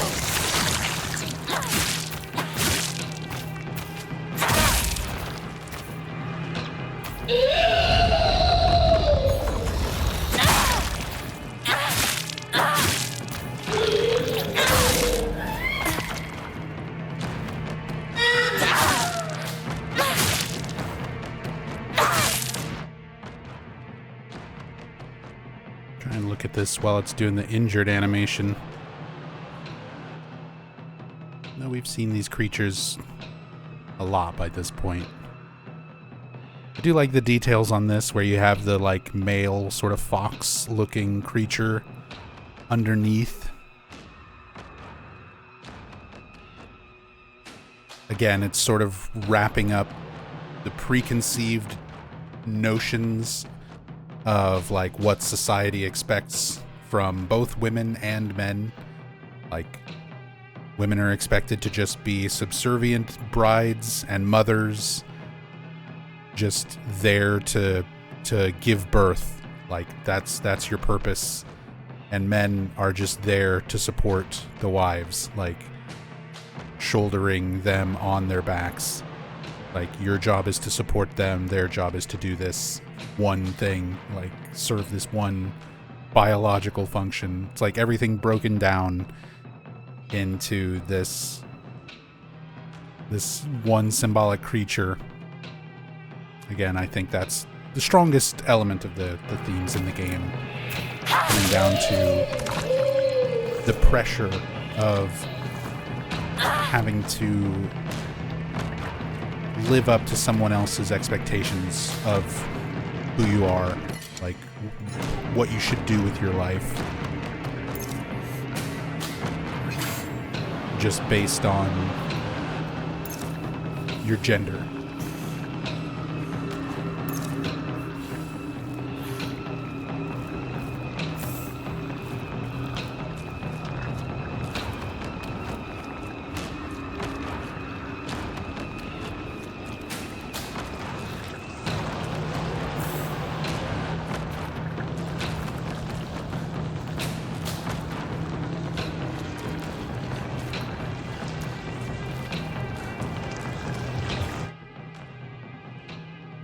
I like the visuals of this section. All these like familiar parts of the town being overrun with the Higambana, and the flowers everywhere, are some of the best visuals.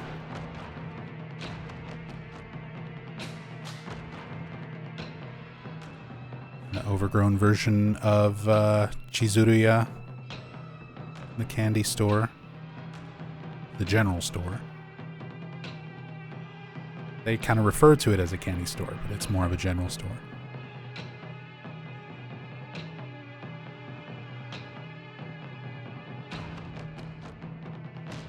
Which is this shot. Hinako, with all the growth and everything around her.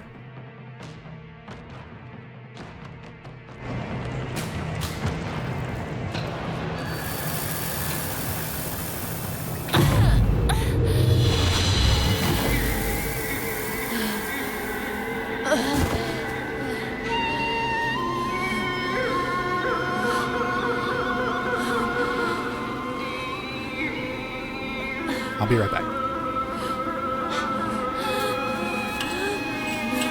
私たちはどこまでおもちゃにされなきゃならないんだ。私の怒りと悲しみを引き継いでくれ。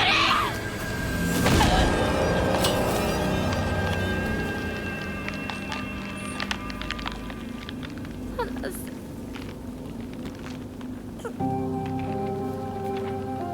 これがあなたの生き様なの？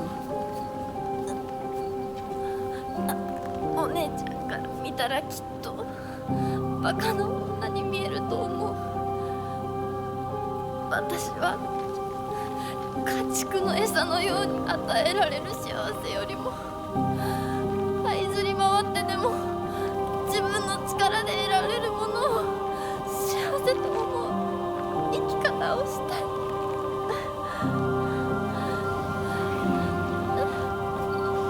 後悔はしませんね。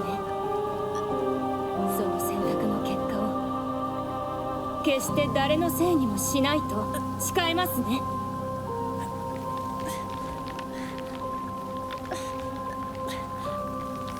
それ私たち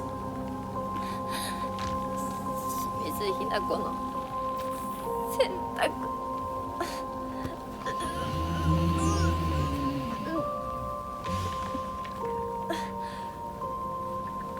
運命は私たちが自ら、私たちが十分に悩み抜いて納得してから選ぶ。お前たちのおもちゃにはもうならないぞ。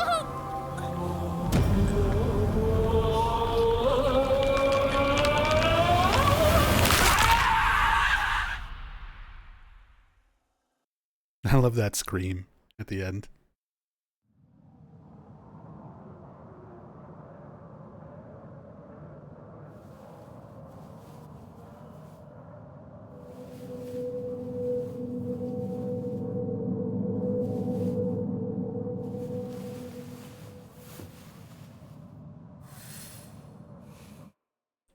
Proceed to the worship hall. Nyom. Husbando is waiting for us.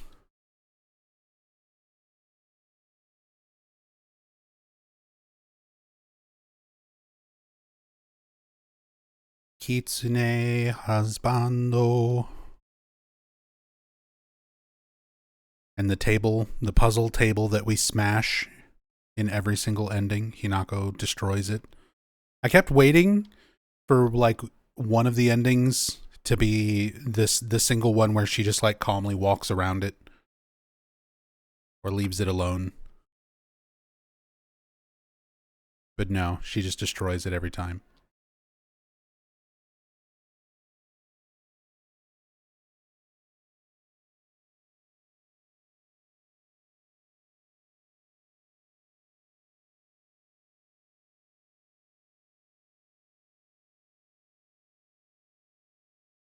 Yeah, pretty much everything identical to when we were in this area for the Rinko boss fight.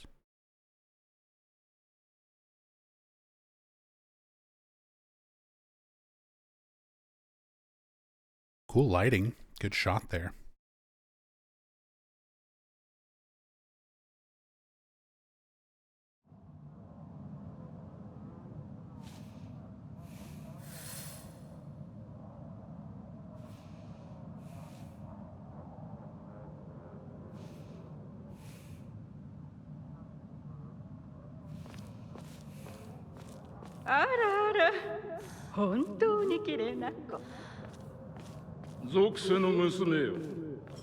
Then we get the Tsuneki family chiming in about Hinako joining. Some of them are excited, some of them call her feeble, some of them wish her peace. Kind of a mixed bag. Especially difference in tone of men's side of the family versus women.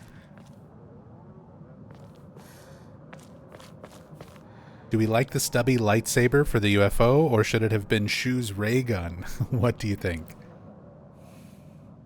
Ray gun would have been a much more satisfying unlockable, to be honest. I love the beam saber. It's wonderful, and it's a Silent Hill 3 reference. One of the best unlockable New Game Plus weapons in Silent Hill 3. Maybe not in terms of actual damage or anything, but one of the coolest just in terms of the way that it works and the lighting and the sound effects and everything. So I love the beam saber, but come on, this game does not have a single projectile weapon of any sort. Like, we never get a gun, we never get a bow, we can never just like throw a rock at anybody. We don't get like kunai or shuriken or magical fox energy blasts. We can't like one arm fox blasts Gohan Kamehameha. Nothing. We don't get any sort of ranged weapon.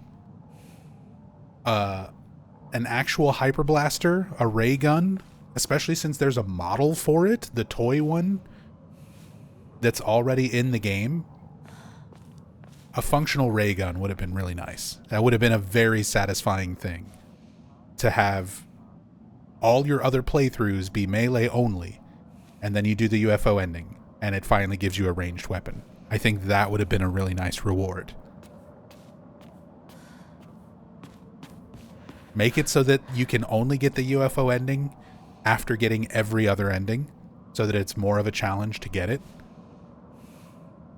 But then make the reward bigger and make it an actual ranged weapon in this game that's balanced entirely around melee. That would have been very fun.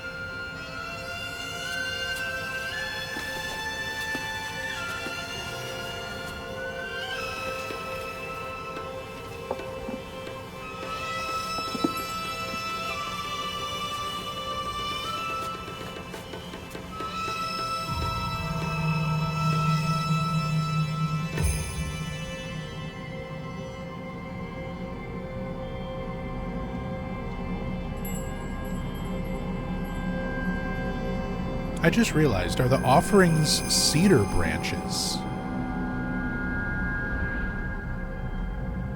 In reference to the other god, the rival to Inari, the 1,000-year-old cedar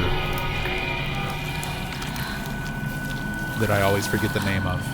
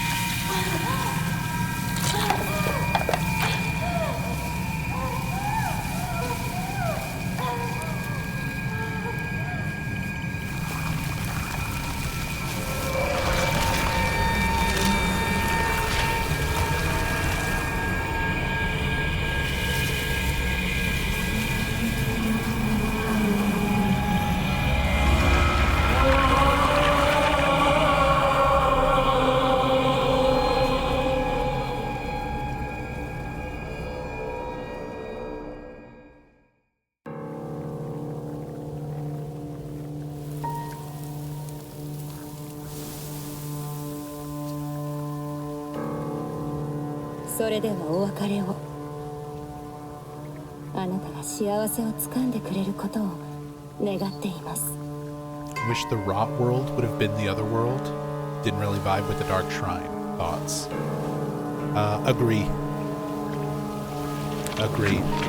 I think there should have been more distinction between the fog world, Ebisugaoka, and basically the Higambana other world, this being the other world. And basically just treat the Dark Shrine as a separate area that functions the same way, where you would have a sort of regular Dark Shrine, Fog Dark Shrine, and then a Higambana, overrun, rotted Dark Shrine. Either that, or make the Dark Shrine more interesting. Keep this all the way that it is, but the Dark Shrine could have been had a little bit more variety in terms of layout and lighting and feel, because as it is very repetitive.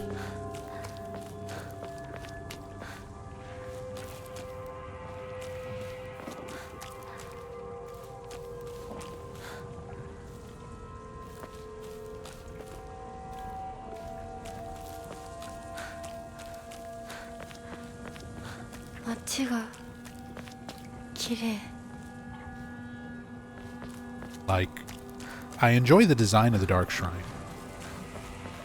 but you really only kind of enjoy it the first maybe 2 times.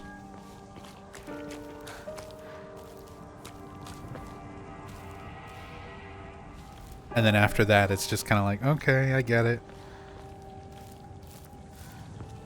It's a traditional Japanese temple ground. And it's just kind of always the same style and color and lighting and...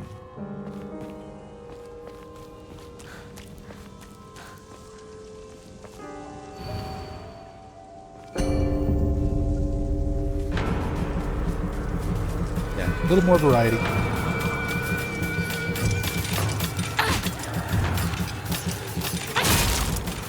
Never hurts.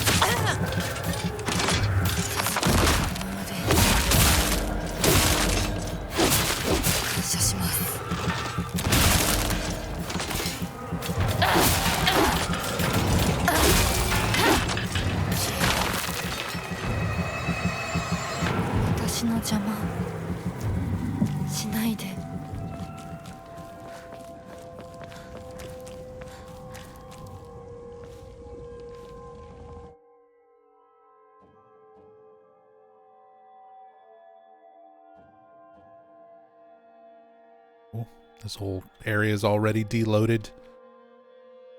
Just as soon as we get around the corner. This game is very tight, very close with how it loads and unloads stuff in the environments. Like Silent Hill 2 Remake, for example, when I was doing the cam hack, I was always surprised with how much is still rendered in, even when there's like no feasible way for the player to like be anywhere near it. This game, by comparison, tends to be a lot more efficient in that regard. But it also makes cam hacking and looking at stuff a little too far away from you, or if you're just kind of like past a loading area where it's kind of loading and unloading stuff outside of your vision. I like that you can cam hack over to this part of the town and it's just fine. You can't ever get over here at this part of the game, so there's no reason for them to put the growths and flower and stuff like that everywhere. It just needs to be in the places that you can get to.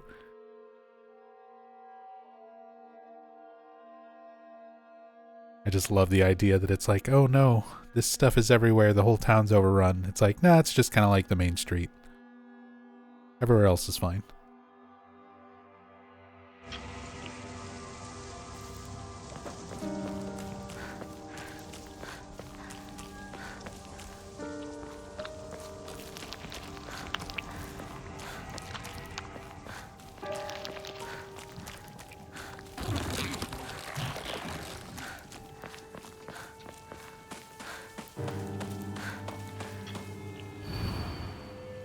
I'm the only one who truly cares about Shimizu Hinako's happiness.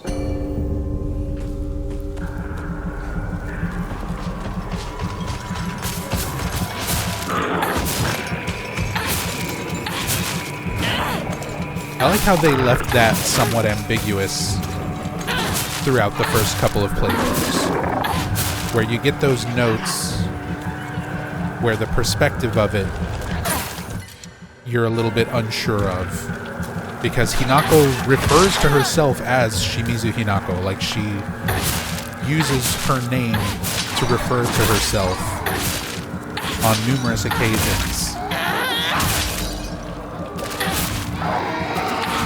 So you kind of get the idea that like she's speaking about herself through the doll when you first see messages like that.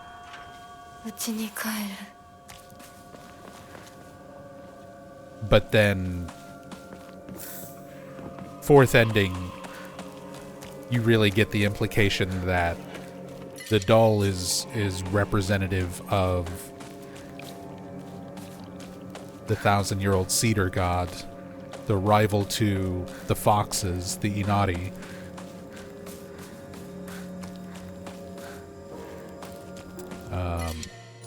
Basically the boss with all the old weapons, all the multiple arms. I keep forgetting the name of it.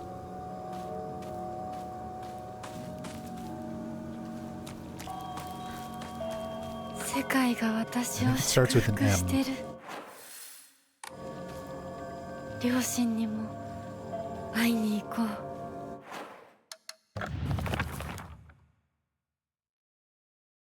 And I don't remember which set of notes. It's all going to be puzzles.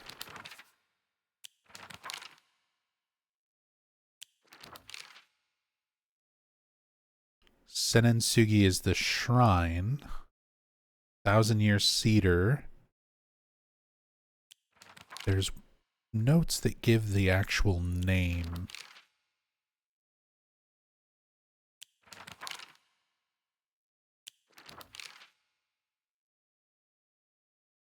Senensugi Shrine.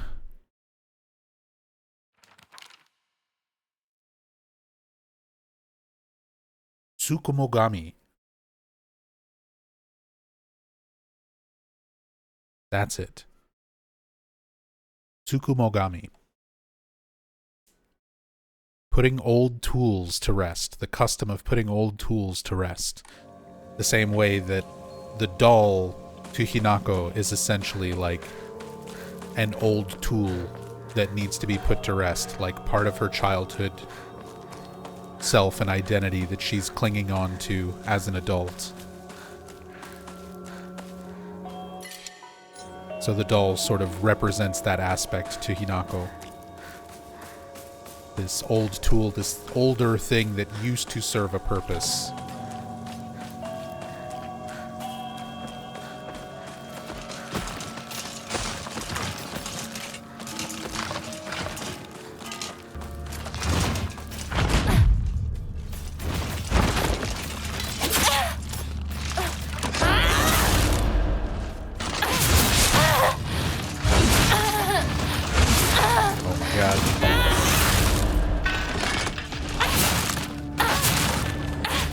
Drum Chungus beating the shit out of me.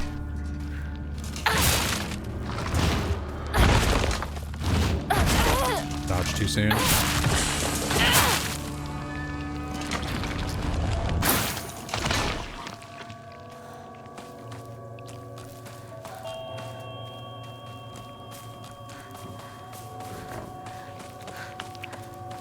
Let's see. Doors closed for this house now, but I assume... yeah. Everything is still going to be in it.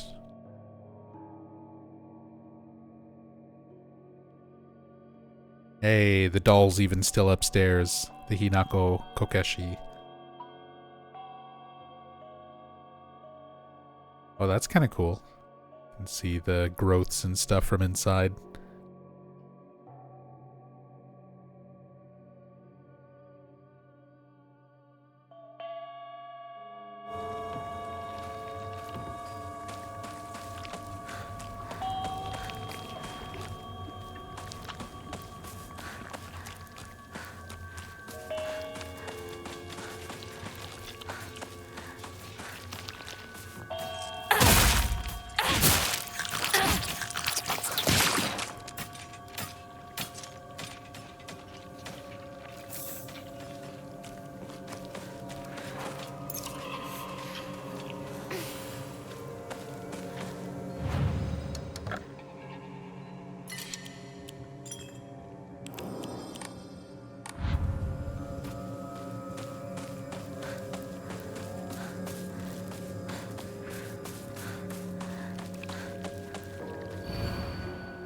If you dare submit to the foxes, I shall curse you.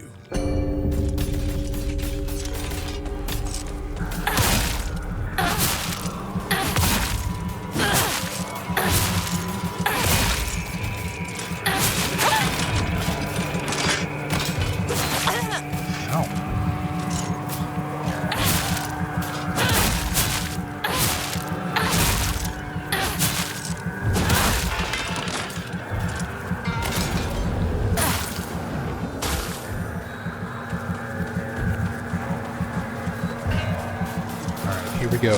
Let's see if we can get the Drum Chungus launch.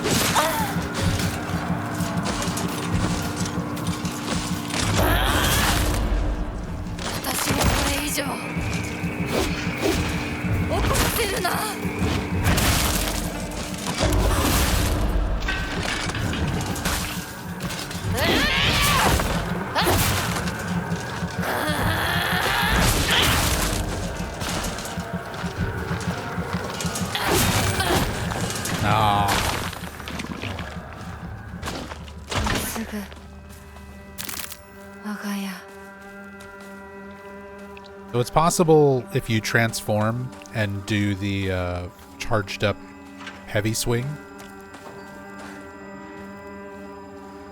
when you're on that little hill, this little slope here, where it's at a bit of an incline, if you're on the left side or the right arm of Drum Chungus, where its weapon is, if you hit it with that fully charged heavy that lunges forward, it can launch you up into the air. And depending on how it launches you, you can land outside of the battle arena.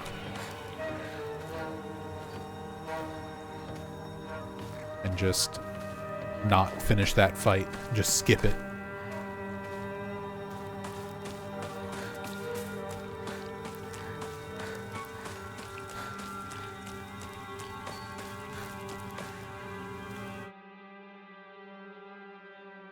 We get a little closer look at mom and dad here.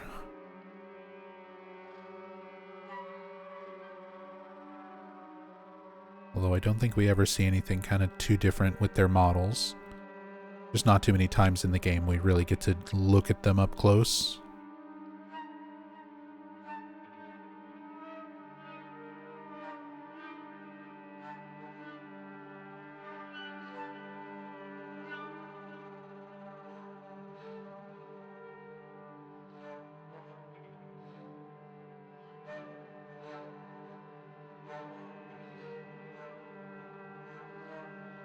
Love the character designs for this game too.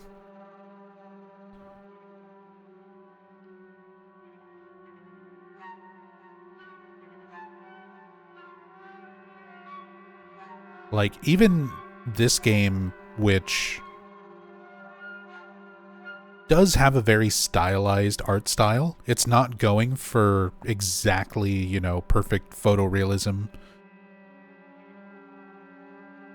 but it is still very lifelike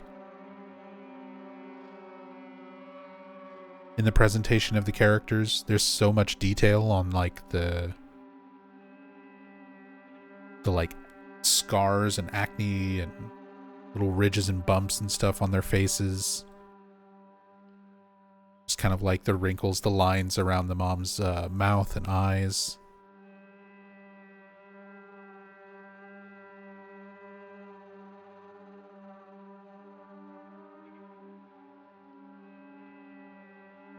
Really good character detail. Like the designs a lot.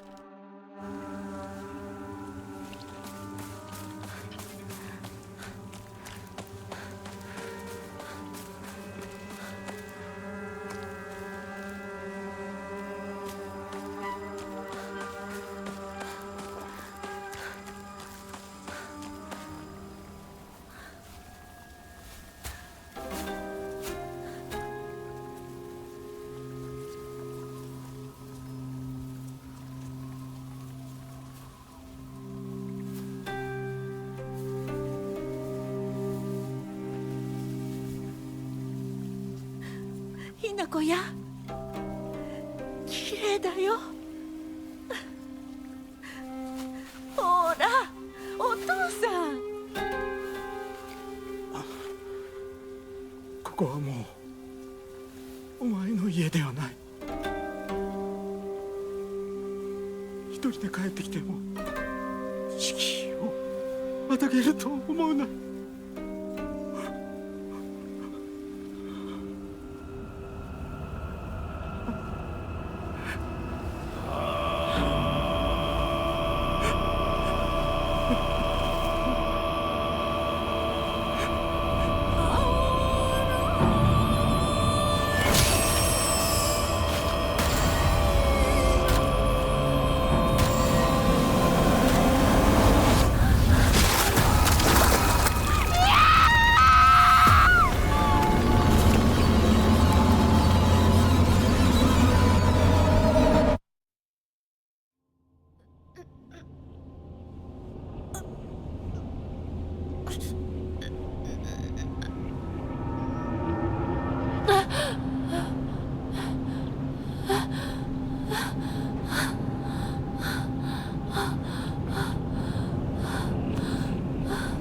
Where I was holding a giant hamburger.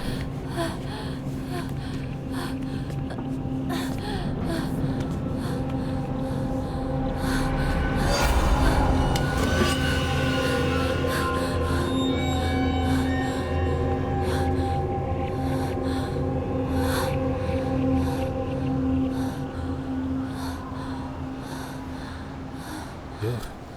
My frame rate's getting chunky. We were having that last time. Going into some choppy frame rates in some areas. Started having weird performance issues with this game after the update, which is a shame because it was running like perfectly before that, and the update changed a lot of things that I am all for. But it also seemed to make my game work not so good. even on performance, when it was running like super smoothly.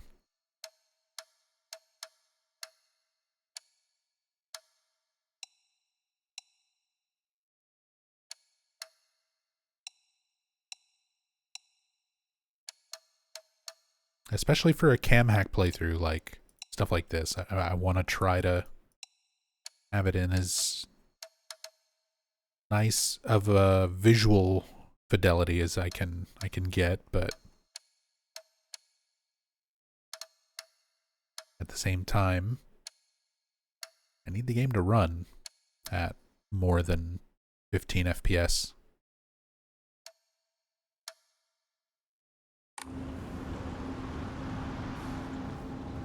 It's not too bad. A little choppy.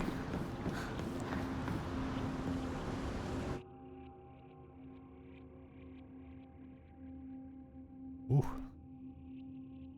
Oh. Those are camera relevant lighting effects. That's fun. Trippy when you see how this stuff kind of works.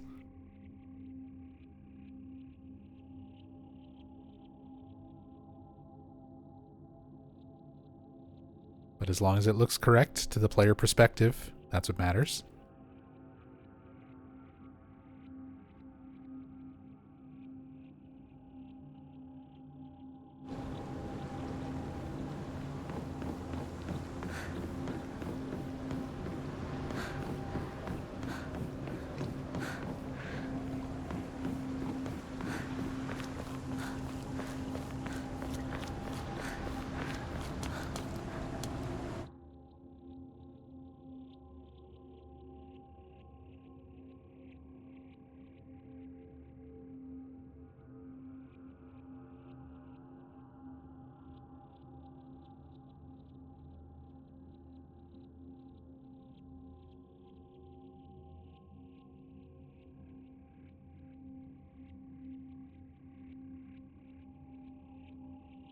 We can zoom up here. A lot of this stuff is not rendered in the way it should be, though. But most of the layout of the map is here.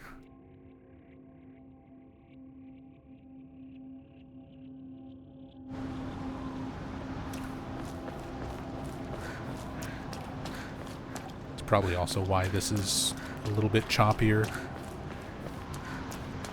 Kind of a big area with a lot of little like lighting effects and light sources, particle effects.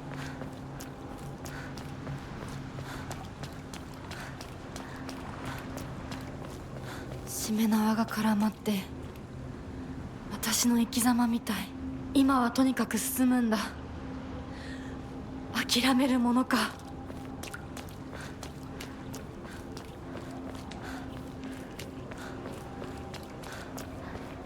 They're twisted just like me. Such edgy dialogue.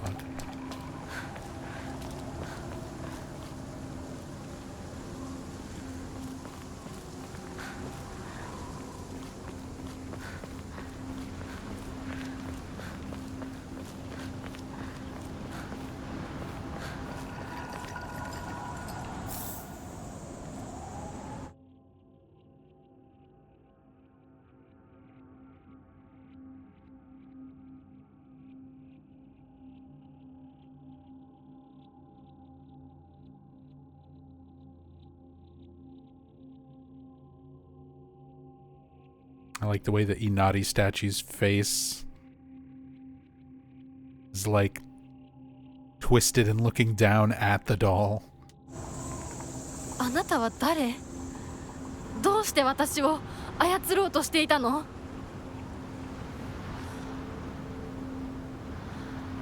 Dude, why are you trying to control me? But it's also like, which one is she speaking to? Both? I mean, realistically, she should be addressing both, but from her perspective, is she only directing that at the doll or at Inari?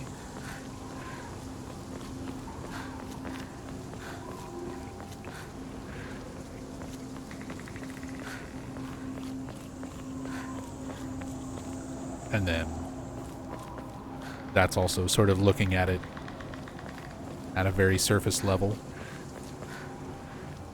Because in reality, this is Hinako, like, coming to terms with,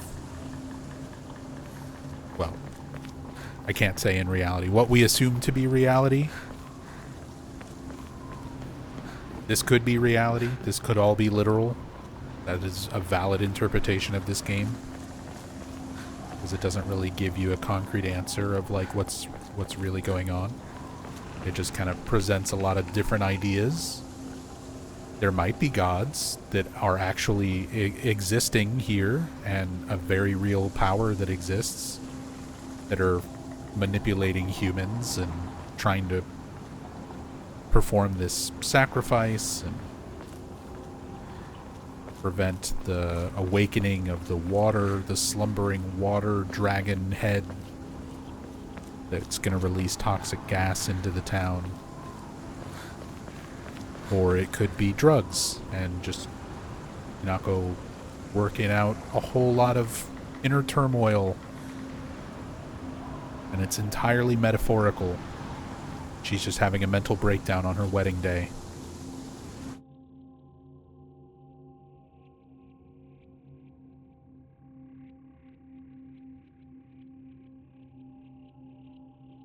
Because in that case, it kind of recontextualizes her outbursts when she's like, "Who are you? Why are you trying to control me?" Which could then be directed at Kotoyuki, or the Inari family in general, or the Tsuneki family rather, or her father. Like, it kind of makes sense in a lot of different contexts.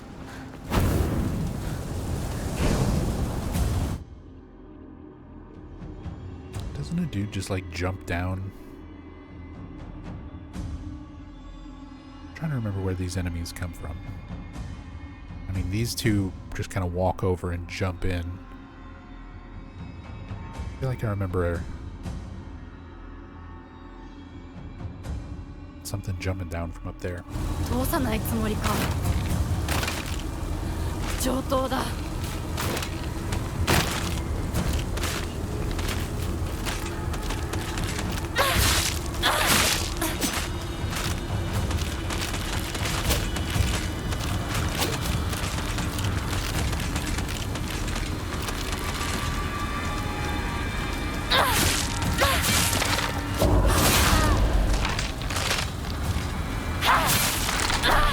死ね。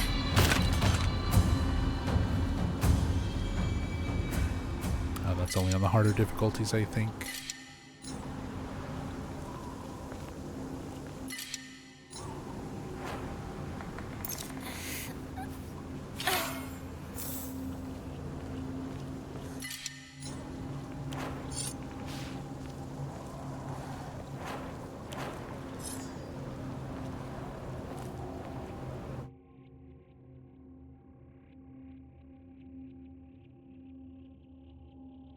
Both items from the previous times we've gone through the Dark Shrine. Like, this is kind of another thing. The Dark Shrine is already, we were kind of talking about it. It's like, okay, it's not a bad aesthetic. I like the traditional Japanese temple aesthetic, especially like sort of cursed version of it. But it's a little too samey every time you come back to it. And the fact that it even just straight up repeats a lot of these same little sections that you've kind of already been through before kind of takes away from it even more.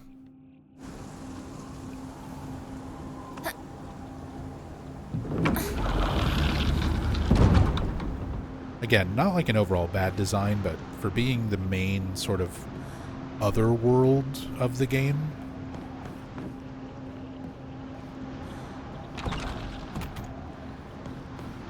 it becomes a little bit too repetitive.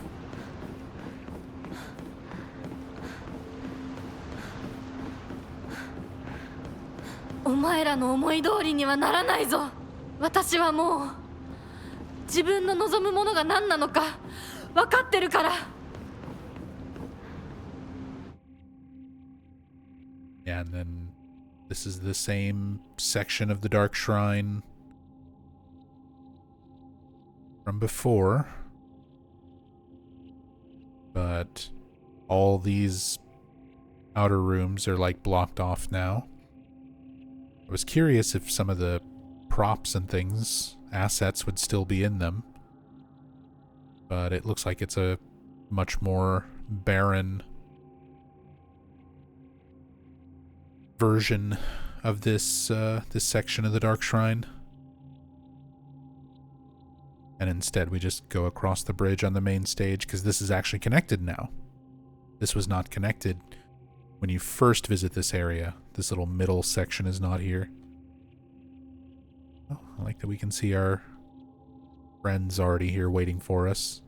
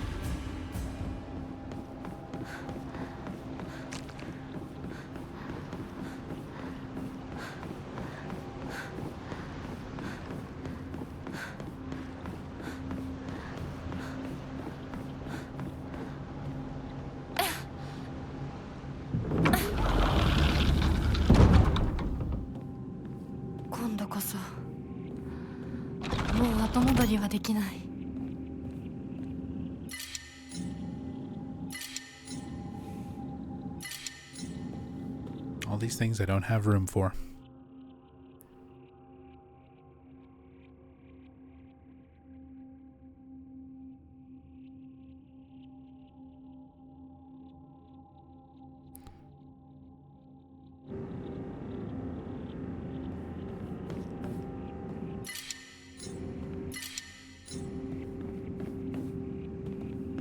Now.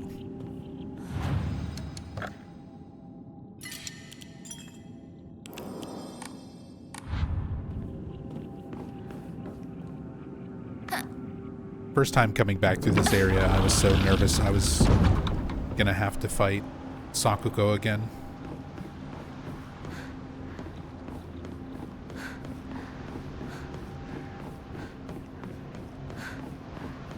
I was expecting this to suddenly turn into a boss rush, where you have to fight everyone again.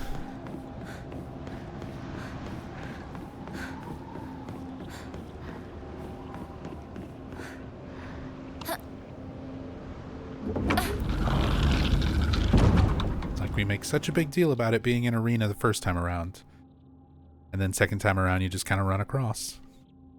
Sort of strange there's not more of an event or something here.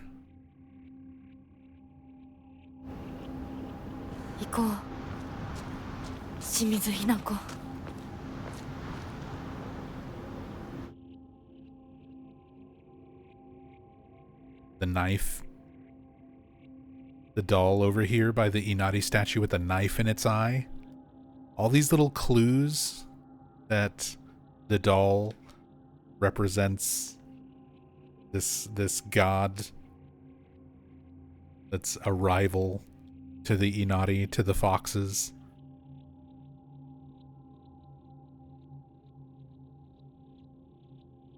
Puts these little details and things into more context.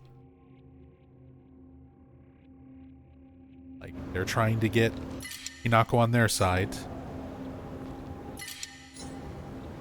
So, keeps repeating the message not to trust the foxes, but also presents itself in these ways where it's like trying to directly stand out in front of the fox statues and even have like a knife stuck in its eye.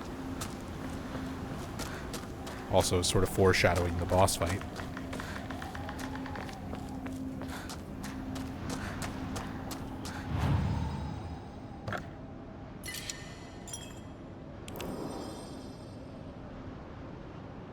You have a knife in the eye. I've got like something in my eye.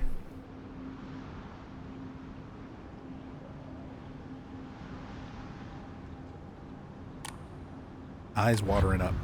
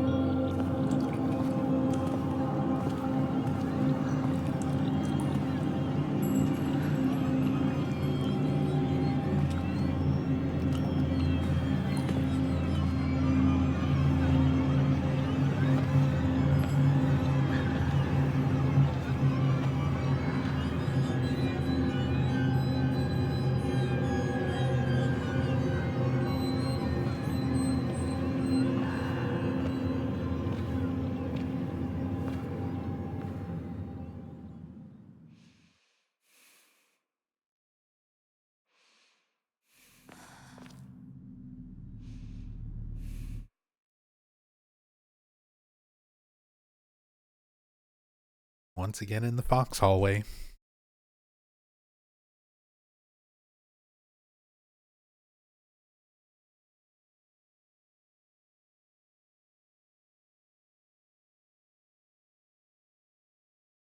I mean, this room does get like slightly redressed kind of each time we're here.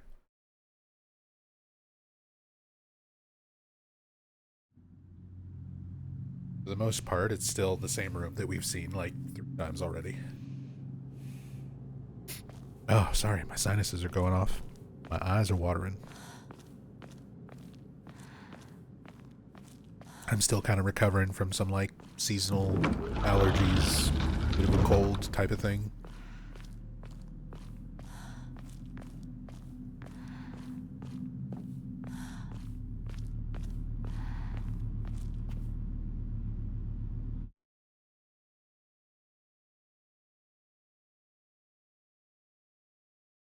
Nice lighting in here.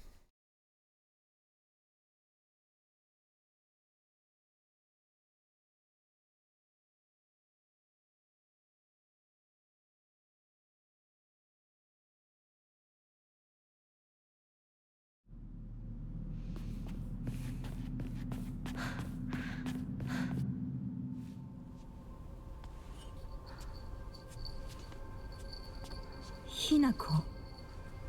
あなた、Hinako なの？お姉ちゃん、私たちは誰かのおもちゃにされているの。どういうこと？私を嫁がせたい何者かと、それを妨害したい何者かが私を2つに引き裂いて戦わせている。そんなことって。とても苦しい戦いだったけれど、私はようやくそれに気づけたの。人に望まぬ選択を強いること、それをせかすこと。私たちはそれと戦わなくちゃいけないって気づけたから。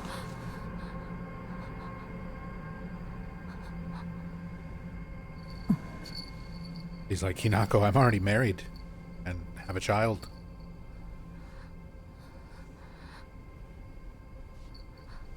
That's a battle that's already been fought.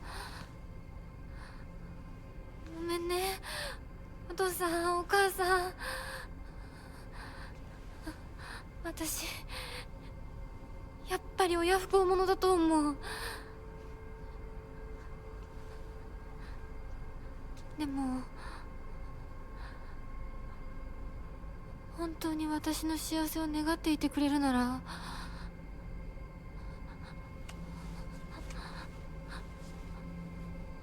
この暴挙をどうか許して。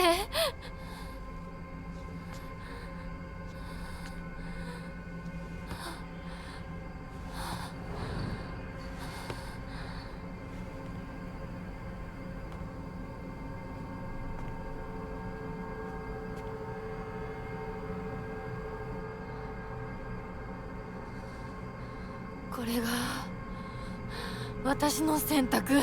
I do really like all the variations of this scene across 私た the ちを different New Game も Plus てあそぶ playthroughs. 者たちへの抗議。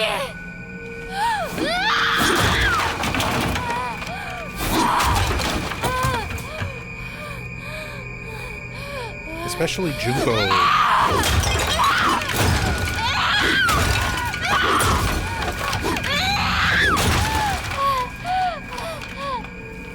Junko having like very different dialogue and reacting to the doll in like different ways.「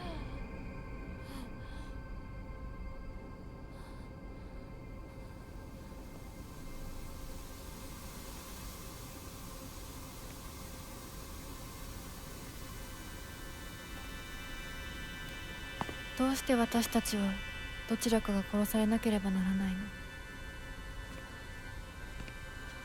どうして私たちは殺し合うしか対話ができないの？」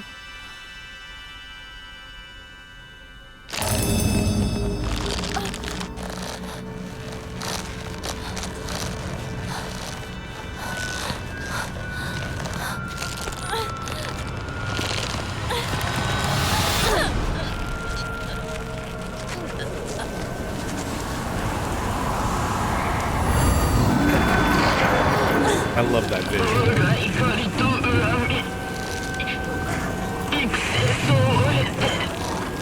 Tsutsulagami puppeting one Hinako, Inari puppeting the other.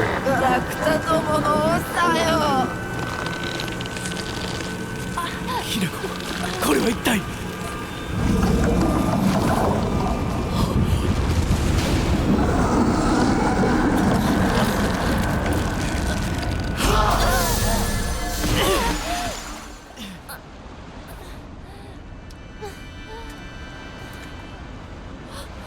琴行さん、琴行さん。稀に人里に I really liked this part too. 希少な血を持つ女子が This is genuinely like a nice creepy このよう moment なものが里に現れる seeing Kotoyuki with the mask off, 我らは一 like 族 talking の like this. 跡取りにそのものを嫁に欲するようまじないをかけた何を言って。歴代の跡取りたちは皆うまくたぶらかして That's the thing. I might have some complaints about this game here and there, but 語りの跡取りは it's got some moments in it that I genuinely really like too. Even a lot of the crazier over the top stuff like this. 人間の娘一人たぶらかせぬようでは Fighting gods at the end of Silent Hill games is not unheard of. That's kind of been a thing since the first one. 琴行さんは So I love the idea of fighting Japanese gods at the end of this one. お嫁さんにしたい一心でずっと努力してきたって。孤独にずっと笑うな。懸命に悩んで生きてきたことゆきさんを笑うな。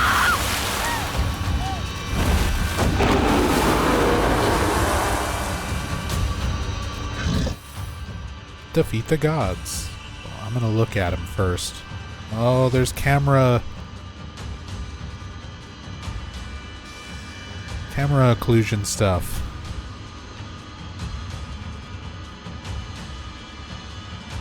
That's gonna be a bit awkward.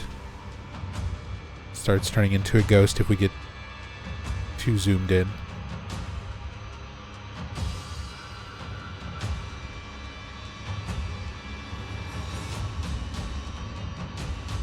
Let's just zoom way out of this arena. See what all there is.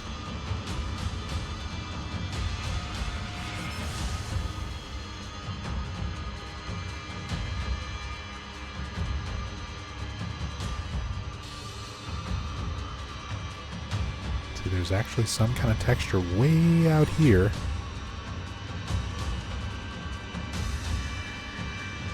See if I can get the camera over to it, or if it's going to break the render.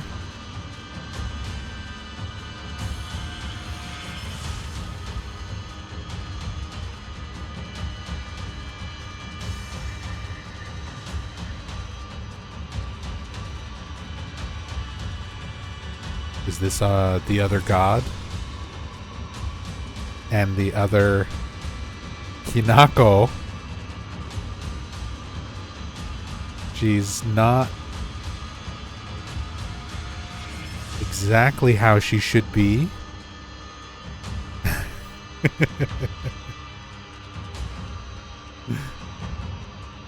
But, okay, so that's the transition effect from one boss fight to the next.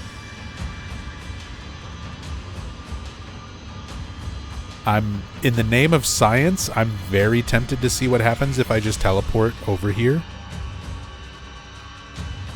It might completely break the game, but let's get a look at stuff first.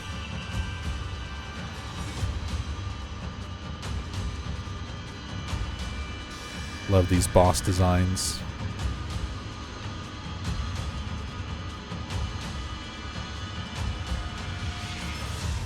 You can see it's supposed to be the Tsukumogami, the god of old tools.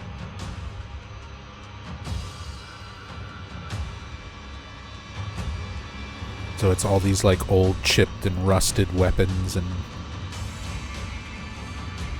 staves, tools, as well as the doll in this version of it, as opposed to Shu.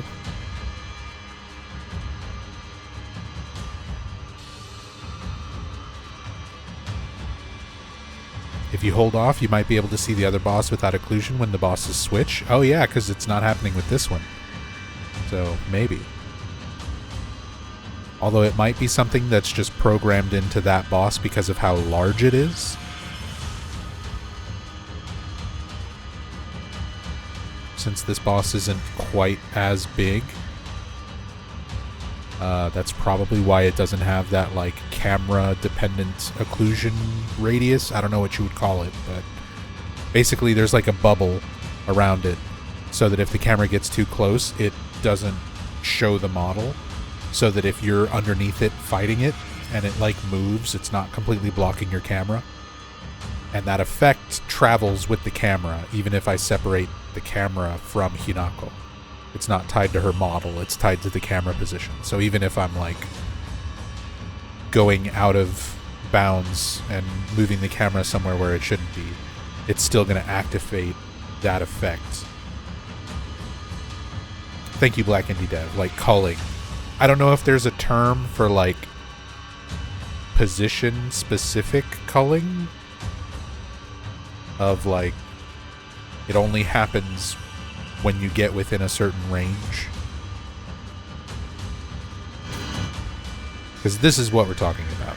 Like, if I try to move the camera too close to this boss, it starts doing this, becoming see-through.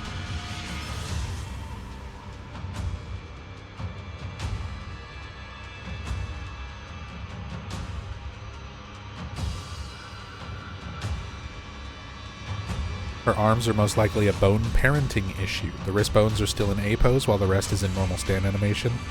Might be they just don't follow correctly before everything is properly loaded. Yeah, it'll probably snap into place whenever it transfers the model from one to the next. Like the Hinako that we're playing as is currently using the skeleton. This model doesn't have that skeleton. It gets the skeleton once we teleport over. I assume.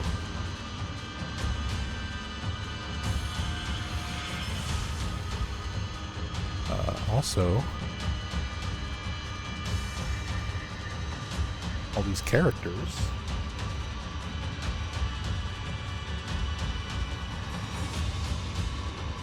that I might be able to translate.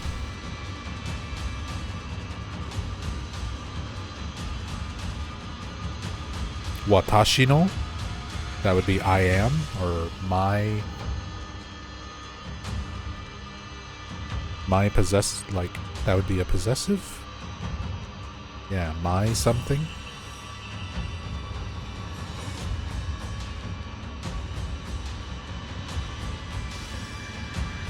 My voice? Voice is what I'm getting in the machine translation.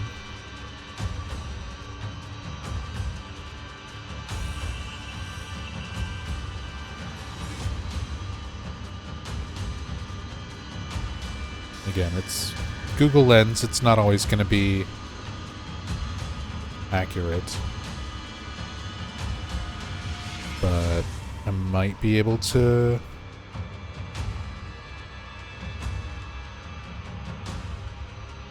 translate some.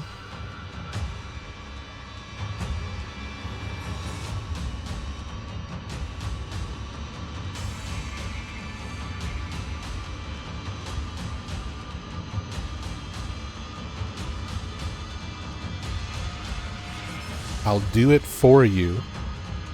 Come play with me.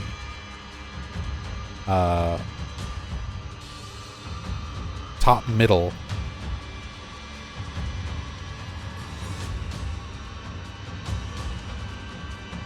Top middle is come play with me. Right side is I'll do it for you.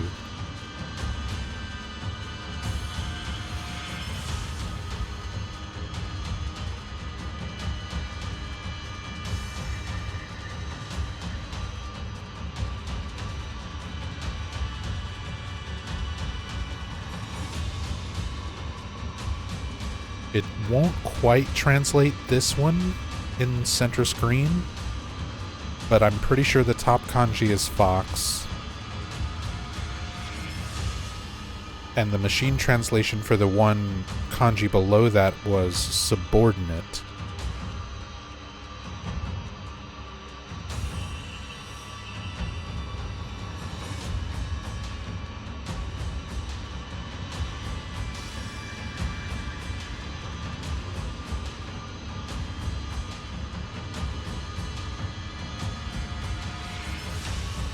My voice.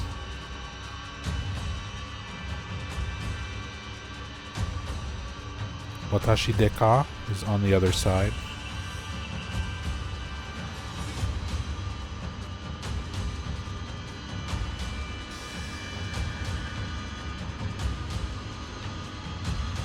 Yeah, they're sort of hard to read because it's dual-sided.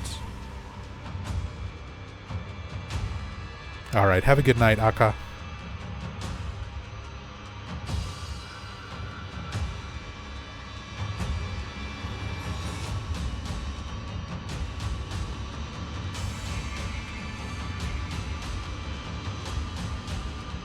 All right. I kind of want to see what happens if I teleport over here. 私は初め The ground has collision. 全然乗り気じゃなかった。 Other Hinako has some 彼 collision. の気 I 持ちを can't 知るう just ち walk に through her. 私も同じくらい一生懸命考えなくちゃならないって Oh. 思ったの。Oh, 彼の思いに応えるこ that とで triggered him to start 私の fighting. 人生は何を得られる？何を失う？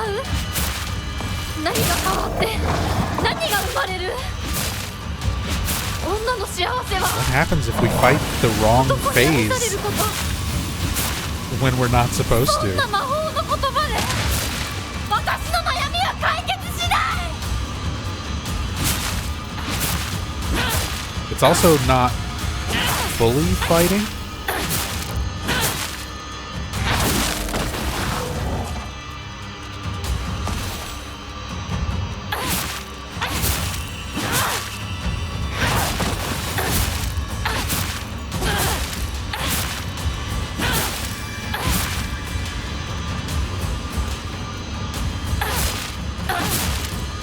Yeah, I chose chaos. I mean, it's getting staggered, but I don't think it's able to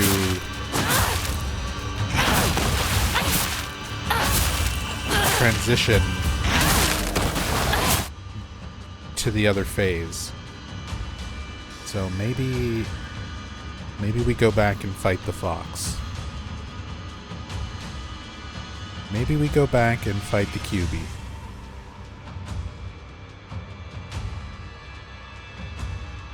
Gotta zoom all the way over there.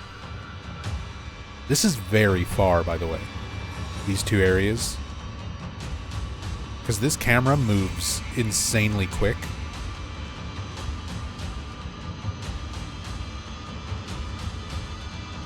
So this is like a massive, massive area.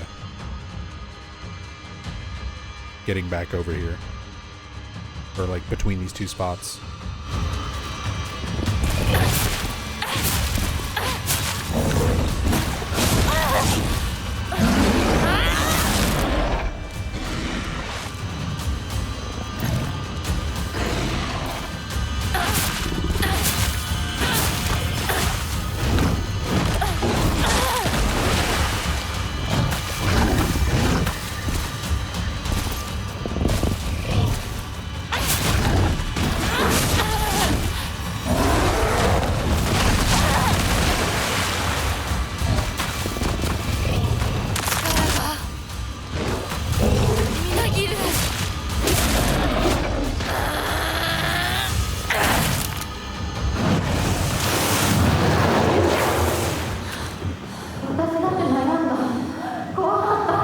Get our actual cutscene transition.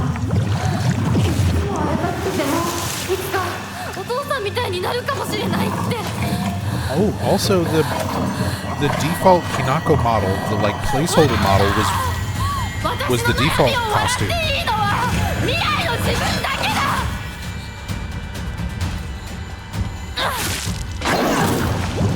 だ。 Oh my god. And the damage we did to it carried over. I didn't think that was gonna happen. Okay. I should have checked the camera. I should have checked the camera first.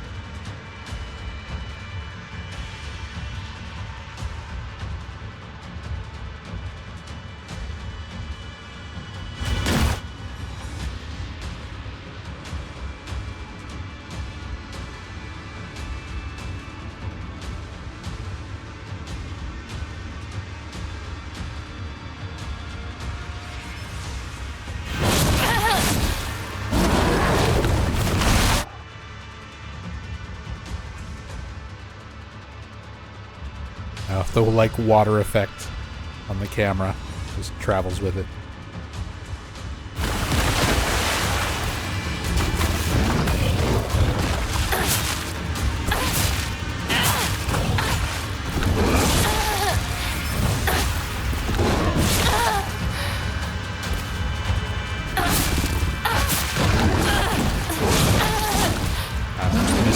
the dodges. Haven't played this game in a couple weeks.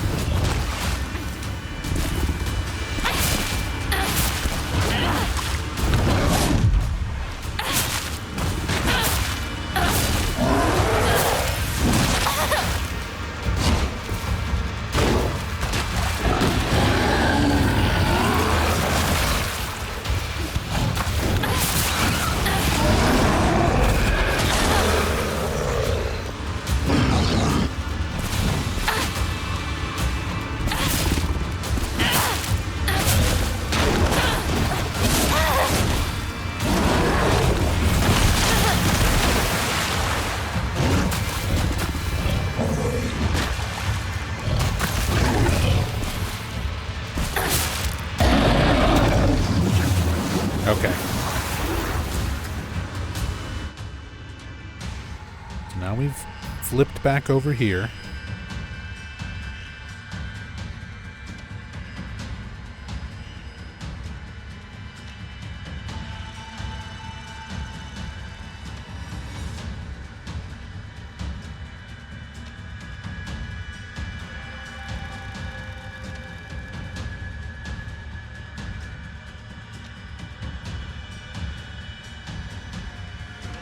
Zoom the camera all the way over.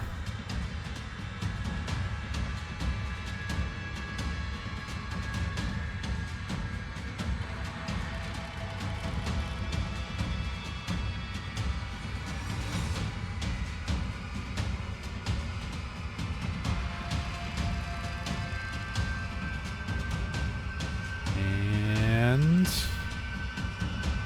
nope. Just like I thought. There is specifically this like object occlusion when the camera gets too close to the QB.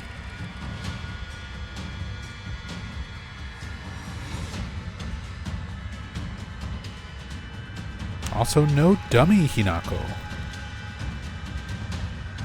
I figured the placeholder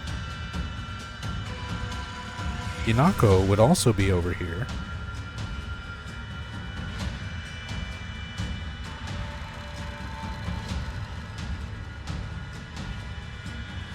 Spitballing, could you potentially speed this fight up with the cam hack to finish it faster than a speed run?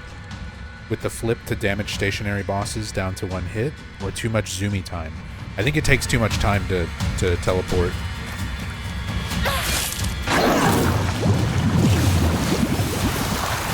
I mean, we basically get an instant boss phase.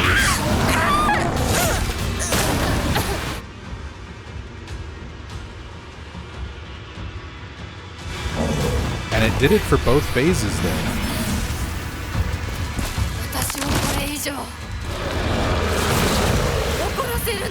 But the actual speedrun, like doing this fight efficiently, basically, is very fast, and you lose a lot of time.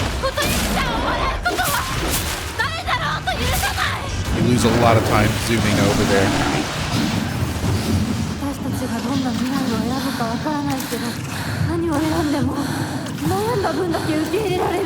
Zoom twice, then just hit, flip. That's what I'm saying, though. Like, zooming back and forth, and then also just dealing the damage, even against a non-resistant boss. I think technically the speedrun fight would still be faster. I'd have to test it. I'd have to, like, compare.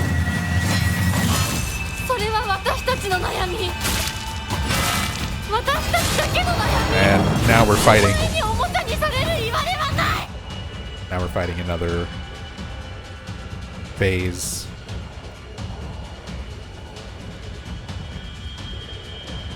You do not get to toy with us. Yeah, you really don't. Nothing personal, kid. I'm gonna teleport behind you. I'm gonna pull your tricks. Oh. You're better at it.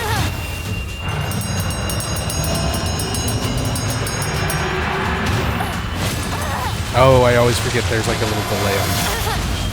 And a follow-up. I forgot like everything that these bosses do.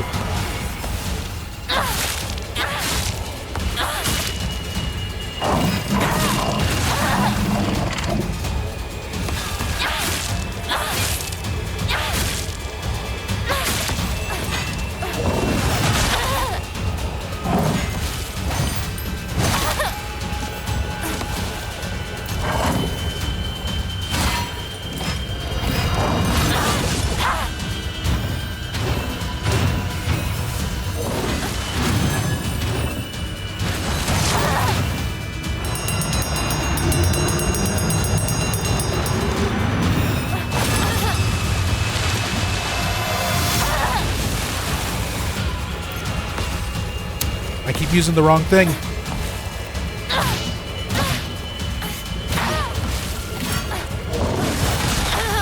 Oh, I might just die. Oh, the auto counter got it for me.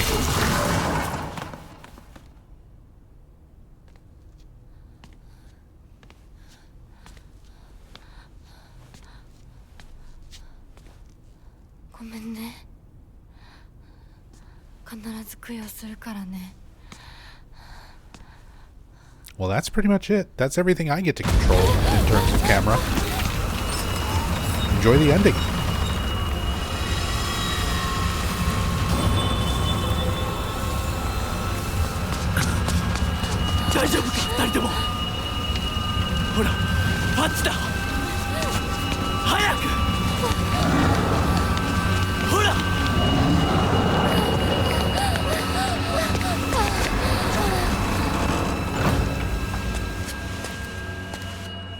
本当にすまない。久しぶりの祝言に酒が過ぎたのだろう。普段は温和な方なのだ。どうすればいいの？この場は私が何とかしておく。琴雪さん、一緒に。すまなかった。私は君に全てを与えたつもりで、君が一番欲していたものに気づけなかった。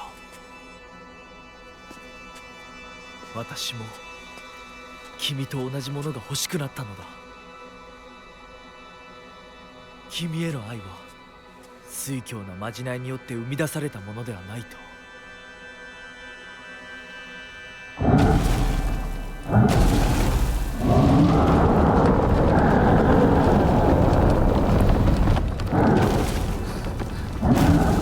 行きなさい。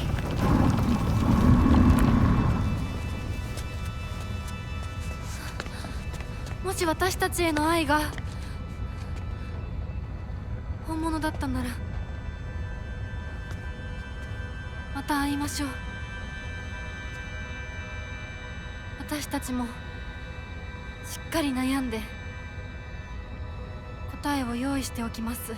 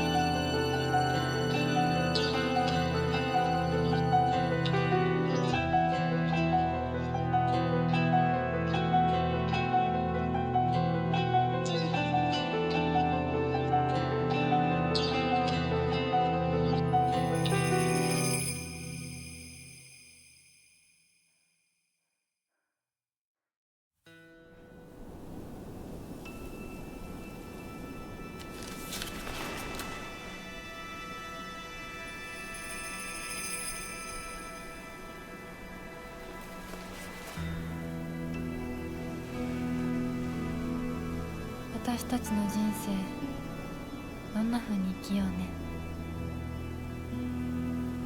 琴雪さんみたいに生きてみたい。誰かをものすごく好きになって、その人のためにものすごく努力して、情熱のすべてを注ぎ込むような一途で一生懸命な生き方をしてみたい。今度は私から琴雪さんに求婚するくらいの勢いで一生懸命に。私はまだ決まってないけど、とにかく何かに一生懸命に。何それ。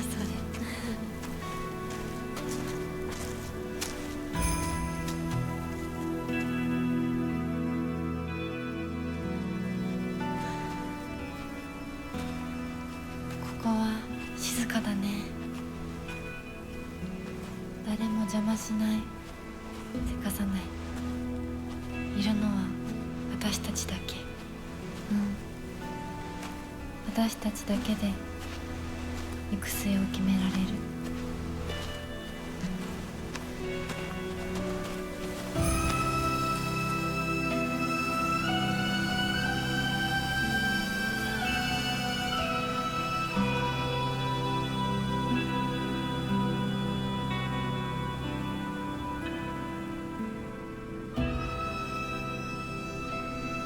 こんな静かな恵比寿ヶ丘は初めてかも。ここは私たちだけの静寂の恵比寿ヶ丘だね。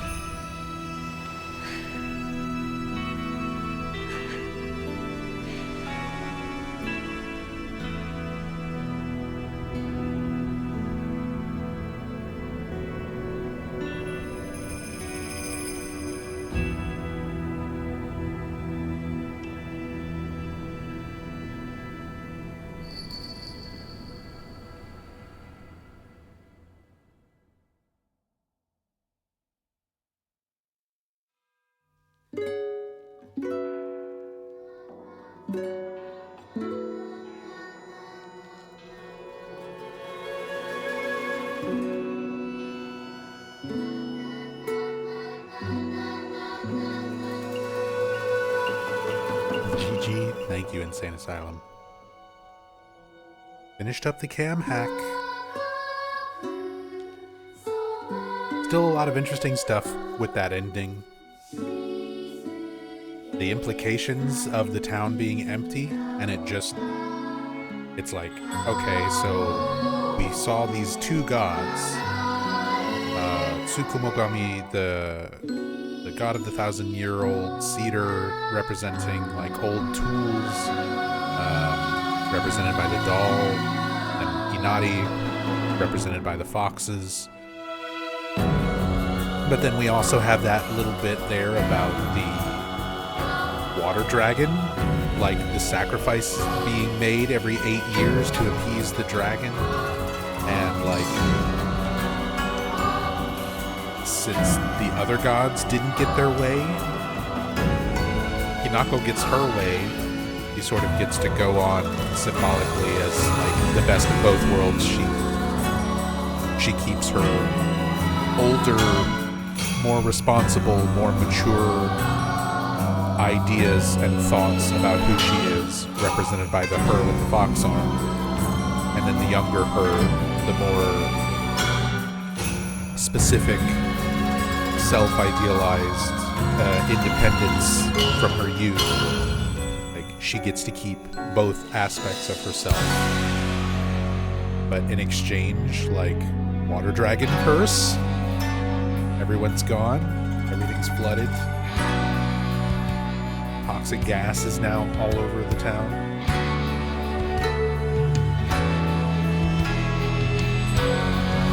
And again, the concept, the idea that we don't know. A lot of fans have already sort of just decided on their own that this is the true ending, since it takes just the most effort.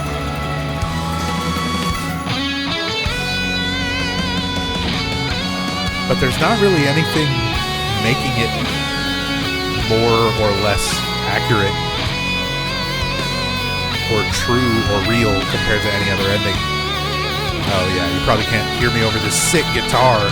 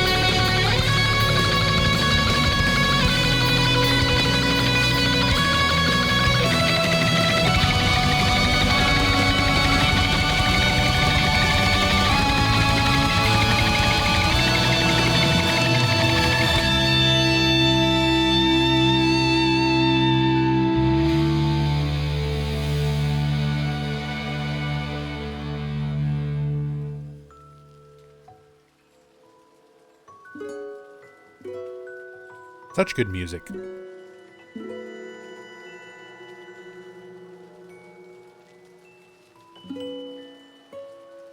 Again, I was kind of talking about that earlier. There's little complaints and things I've got about the game here and there. But overall, especially in terms of the like artistic elements, the visuals, the sound, the environments, enemy designs, all of that stuff is like really, really well done.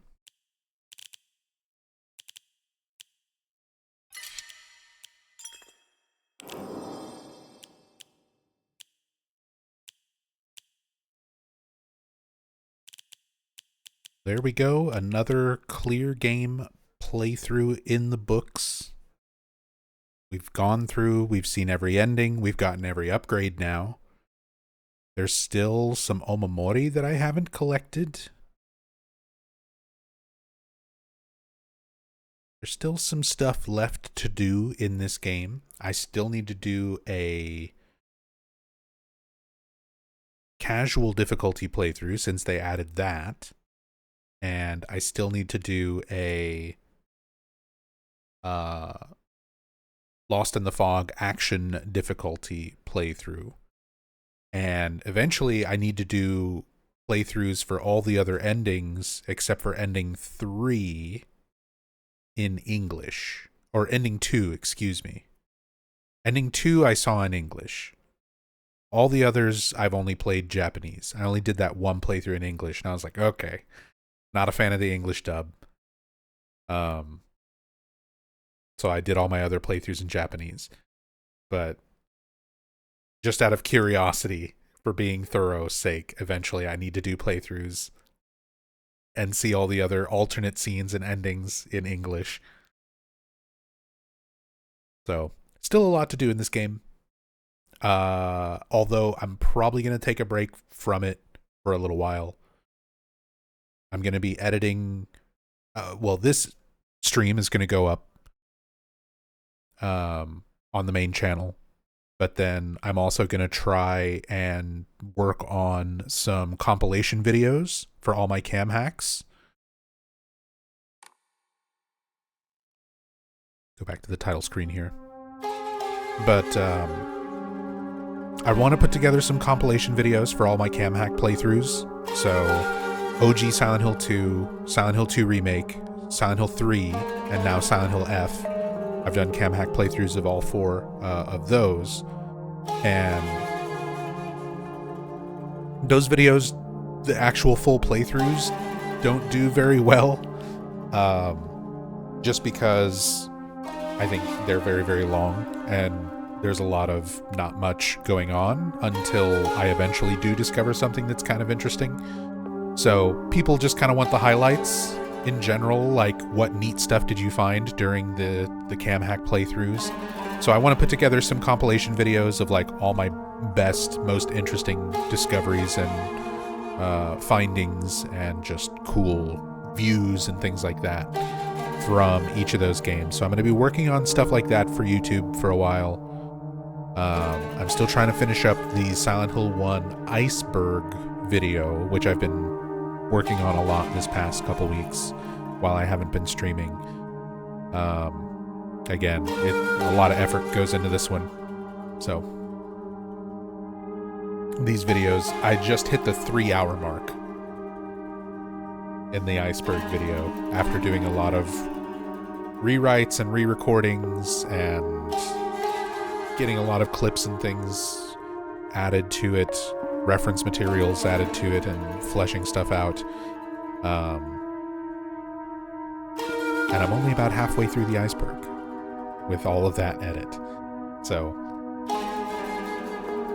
this is going to be a very long, 5-6 hour long Iceberg video going over like everything in Silent Hill 1. But hopefully it'll be worth it. Once it's finished, hopefully people will enjoy that. And then, like I said, I'm going to try and put some videos together for YouTube, compiling all of the interesting finds during the cam hack videos, so that hopefully people will have a little more digestible way to check out these cam hack type things. Hey, Anonymous with the 2 gift subs. Going out to our community. Some stick bugs, Hal over 9,000, and Mastakush 710. Enjoy those subs, courtesy of Anonymous. Thank you so much, Anonymous. Again, this has been a very, very difficult year for me and for Rachel, my wife. We've been dealing with illness, and it's put us way behind on work and bills and everything else. So things are really, really tight right now. So I seriously can't tell you enough how much I appreciate any and all love and support you guys throw my way. I appreciate all those subs, resubs, donations. Ancient Oleander wasn't here for this stream, but one of our regulars, Ancient Oleander, donated very generously, like $150 a couple of days ago during our break, during our downtime. So stuff like that keeps us afloat. It lets us keep paying bills. We're trying our best to get caught up on everything. As I said, we're behind on our mortgage right now, trying to get caught up on that. So seriously, Tassadul helping us out with that as well, gifting a sub to Boig Boy. Thank you so much. Really, really appreciate you guys. Thank you so much for all that love and support. God, I'm losing my voice. It's been a long day. My sleep schedule is completely topsy-turvy. I've been awake since I don't know, midnight? 11-ish p.m. last night. I woke up at night. I said my sleep has been very topsy-turvy. So I've been up for a while. I spent a lot of my day editing and working on the Iceberg and some of those other videos and stuff. So, but I wanted to get back to streaming. I've been feeling a little bit better. Rachel's finally starting to feel a little bit better, so we're trying to get back into our usual swing of things. And yeah, wanted to get back to this, see you all again, let you all know I'm still here, I'm still alive. I needed a little break to get my mental back in order and deal with some of my health issues. But doing better now. So hopefully I'll be on more often. But yeah, that's about all I'm going to be able to do today. Like I said, tomorrow I'll be back. We're going to take a break from Silent Hill F. We've focused on this game a lot, going through the cam hack and all the ending playthroughs and everything for a while. So I'm kind of thinking about doing a reverse playthrough of the series this month, where a lot of new stuff has been coming out, and I've done marathons and stuff starting from the beginning plenty of times. So how about we start working our way backwards this month? So we'll do some story playthroughs for all the Silent Hill games going through December. We'll try and do some in-depth story playthroughs in reverse order. So we just did a playthrough of Silent Hill F today. It's not exactly a story playthrough. I'm still not sure how I'm going to do a story playthrough for this game, since the story for this game requires multiple playthroughs to talk about all of it. So that's going to take me a while to figure out how I'm going to do that. But we'll start going in reverse order through all the new releases, all the way back to the original Silent Hill. So tomorrow we'll start Silent Hill 2 Remake. So we'll do a Silent Hill 2 Remake story playthrough. And then after that would be Short Message. We'll do a Short Message story playthrough. Haven't done one of those in a while. We're going to continue pretending that Ascension doesn't exist. We don't need to revisit that.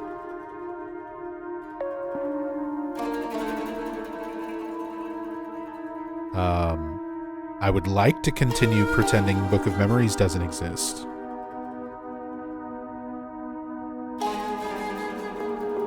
Are we going to get Book of Memories? I'd rather not.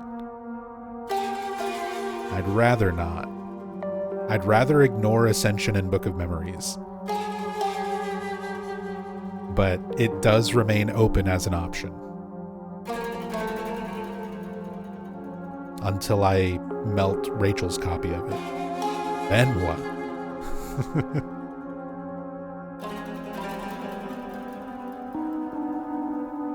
But yeah, I think that might be a fun thing to do this month. We'll go back through the series in reverse order, all the way back to Silent Hill 1.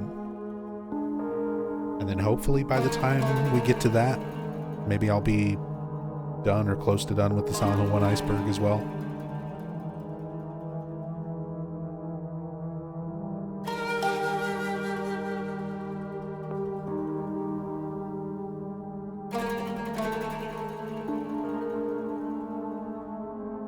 Seen you play Book of Memories, that was enough. Try watching. I wonder if anybody has watched the full playlist of all 500 zones. It doesn't have a lot of views, so I don't think anybody's actually done it. But I wonder if anybody has actually sat through and watched all 500, watched me play through all 500 zones of Book of Memories. We've had people who were around live for a lot of the streams, but probably not all of them. Not every single one. Like, it's there. It's there if you ever want to see what all of Book of Memories looks like. You can watch it drive me insane over the course of like 2 years.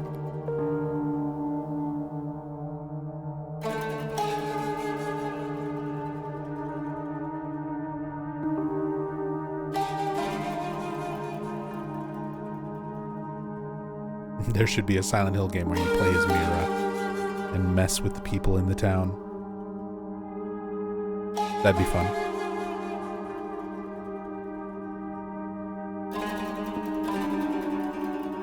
Basically The Sims.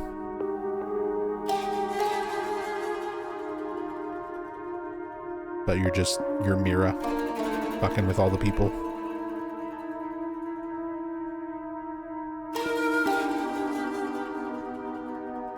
Can't just ignore the one Silent Hill that makes me canonical. That's a lot. It's a lot of stupid bullshit to sit through Tassadul. Just for like your 45 seconds of screen time. It's like 11 and a half hours of Ascension. I don't know about that. Same deal with Book of Memories. If Book of Memories you could actually get through and get an ending quickly enough, I don't think I would mind it that much. But the reason I want to omit Ascension is because it's too damn long. Not only is it horrible, it's like 11 hours of horrible. And Book of Memories is similar. Even just doing 21 zones to get to the first ending, where you get credits for the first time in that game. Even doing 21 zones, even with a pre-leveled character, takes usually around like 7 or 8 hours for me. If you get super, super lucky with like speedrunning and stuff,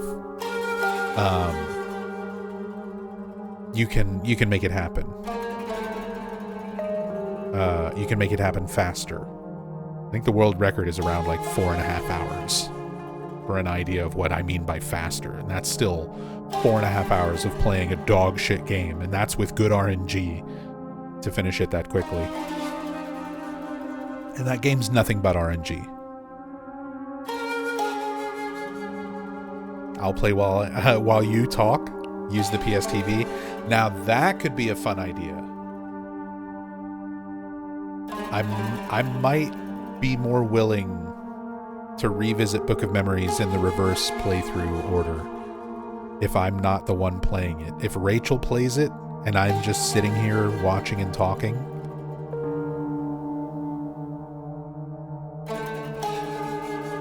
that might work for me.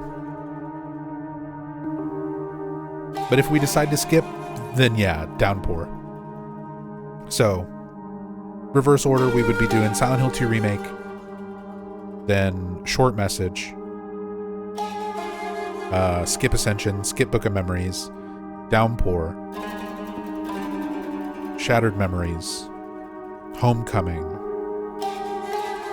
Origins, Arcade Game. If I'm gonna include, like, I don't mind including stuff like the Arcade Game because it's like an hour long. Like, it's super short.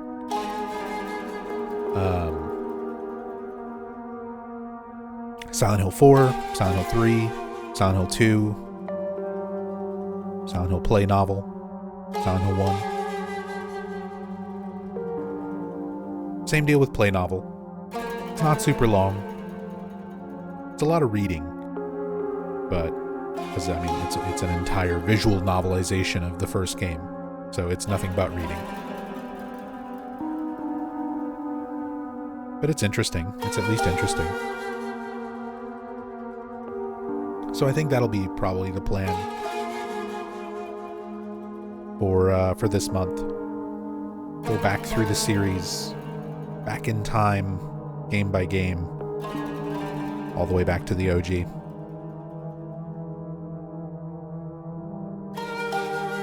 Skipping Silent Hill The Escape. Yeah, we're gonna skip Silent Hill The Escape. We're gonna skip Silent Hill Orphan 1, 2, and 3.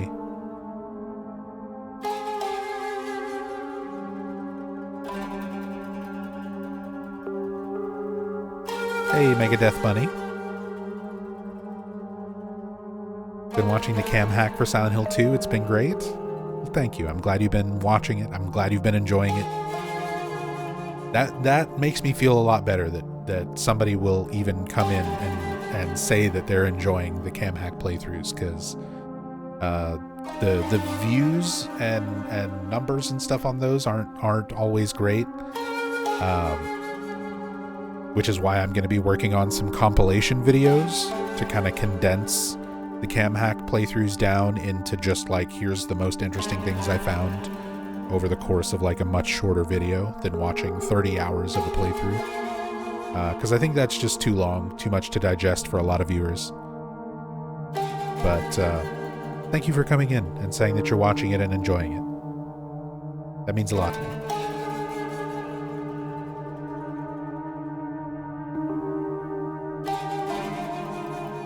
Like, even if something doesn't get huge views and stuff, doesn't mean that, like, nobody likes it. There's obviously people who still enjoy what I do, regardless of if it's a cam hack that's like 30 hours long, or a story playthrough that's like 15, 20 hours long, or if it's a shorter video that's more digestible.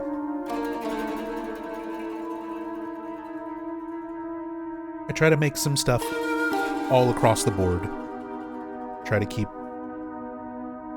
as many people happy as I can, even if you can't enjoy everything that I do. Try and do a little bit of all of it.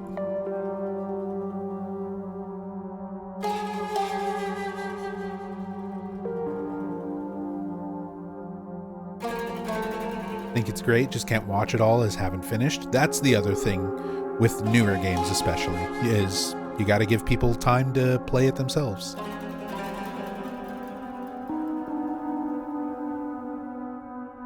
Lost count how many times you've watched the Silent Hill 3 cam hack playthrough? Nice.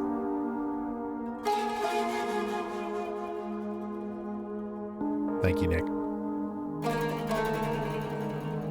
It's another one I'm glad people really enjoyed. I definitely really like doing the OG game cam hacks as well. Might be a dumb question. Are you open to suggestions for raid targets? I hadn't even looked yet.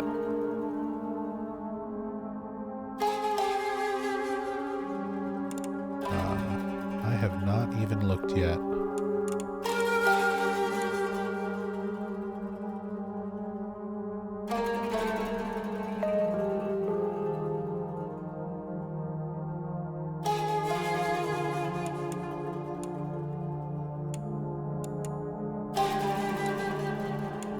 But I think I know who I'm gonna raid.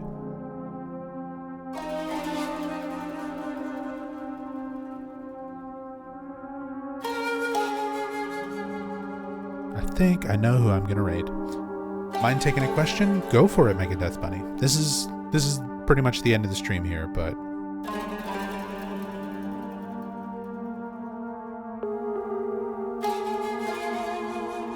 you've got me for now.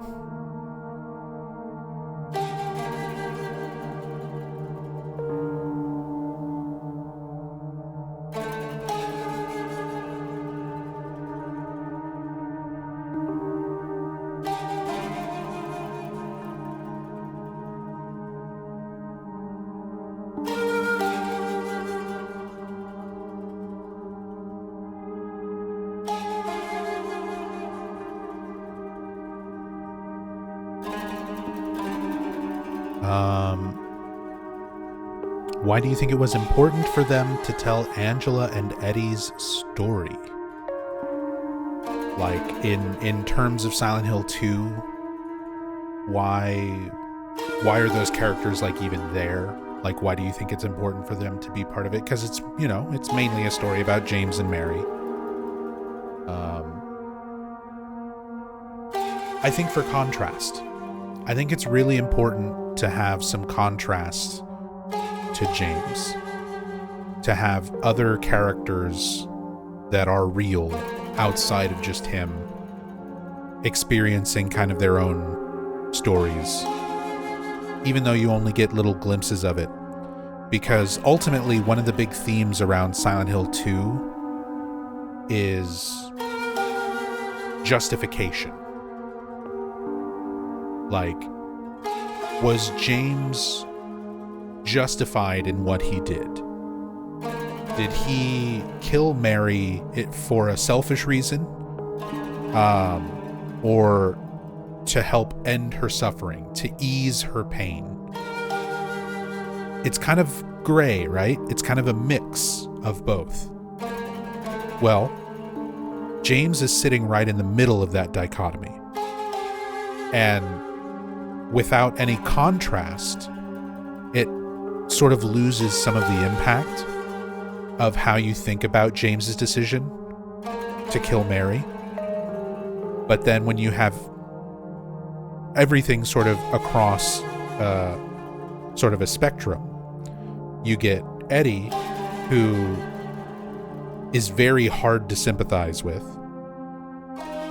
and almost nobody would agree with Eddie that, like, killing or attempting to kill in retaliation for bullying is okay. Most people don't agree with that. Some people, especially if you do sympathize with Eddie, if you relate to Eddie, if you've been bullied that harshly to the point where you felt like hurting somebody, like, that's understandable, and I'd like somewhat understand and agree to a certain point, but obviously not to the point of murder, especially like a dog that was unrelated. The dog didn't fucking do anything to Eddie. Like, the football player may have done some horrible things to Eddie. We don't know the extent to, like, the severity of his bullying, but point being, it's very difficult to sympathize with Eddie. So you get that contrast against James of Eddie sort of being the unjustified side of the murder spectrum. And then on the opposite side is Angela, where understanding Angela's story, that she was being sexually abused by her father, and this was something that had occurred over the course of her life. It wasn't just like an isolated incident. This is something that affected her, and it was something that she dealt with from her brother as well, and like the emotional manipulation from her mother. So having Angela's story and the context for why she is the way that she is, and what happened to her, what her father did to her, and how she reacted and defended herself, most people would be like, yeah, I completely agree with Angela's decision. A lot of people would be like, I would do the same thing.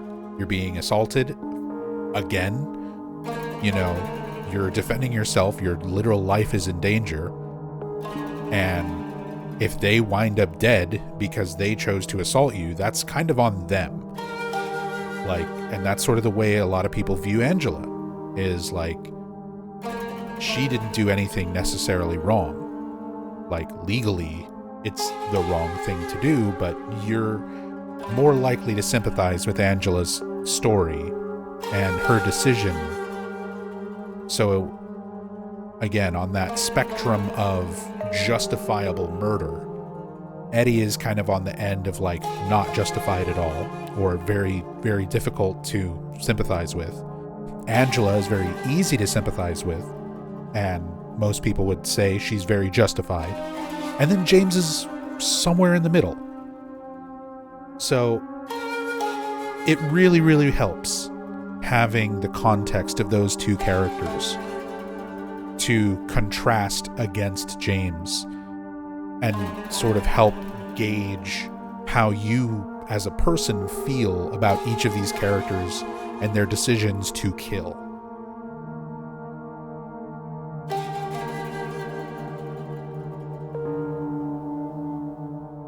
Because the game definitely would have been lacking a lot. You could still tell the same main story, but it would be lacking a lot if Angela and Eddie were not there, if they were not part of it, to act as these glimpses into other people's realities and give you some contrast to what James is experiencing, along with just how they've arrived to the same or similar conclusions of, like, doing something extreme before arriving in the town. So that's kind of my thoughts on that. Good question. Good question. I like that discussion.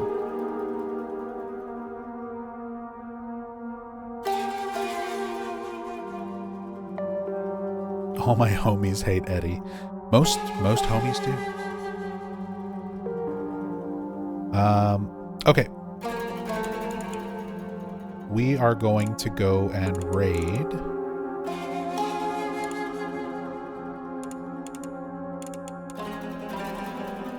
sure he's still going. Yeah, we're gonna go raid my friend J-Rock.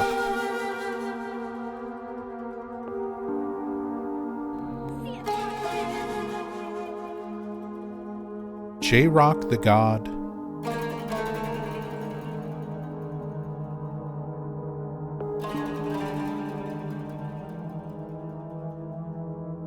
He's an amazing streamer. Good friend of mine. And he's currently playing Blue Stinger, which, if you've never seen Blue Stinger, you're in for a treat. Some classic survival horror, like Resident Evil style games, from an era of really weird shit and really questionable voice acting. But yeah, it's a weird ass game, and J-Rock's an amazing person. So show him some love, drop him a follow if you're not already following him. And yeah, like I said, I'll see you guys tomorrow. I'm not sure at all what time I'm going to be on. Expect some really crazy stream times for a while with no consistency. And playing a bunch of Silent Hill this month, as always. So I'll see you tomorrow. Till then, be good to yourselves. Be good to each other. Much love. Peace.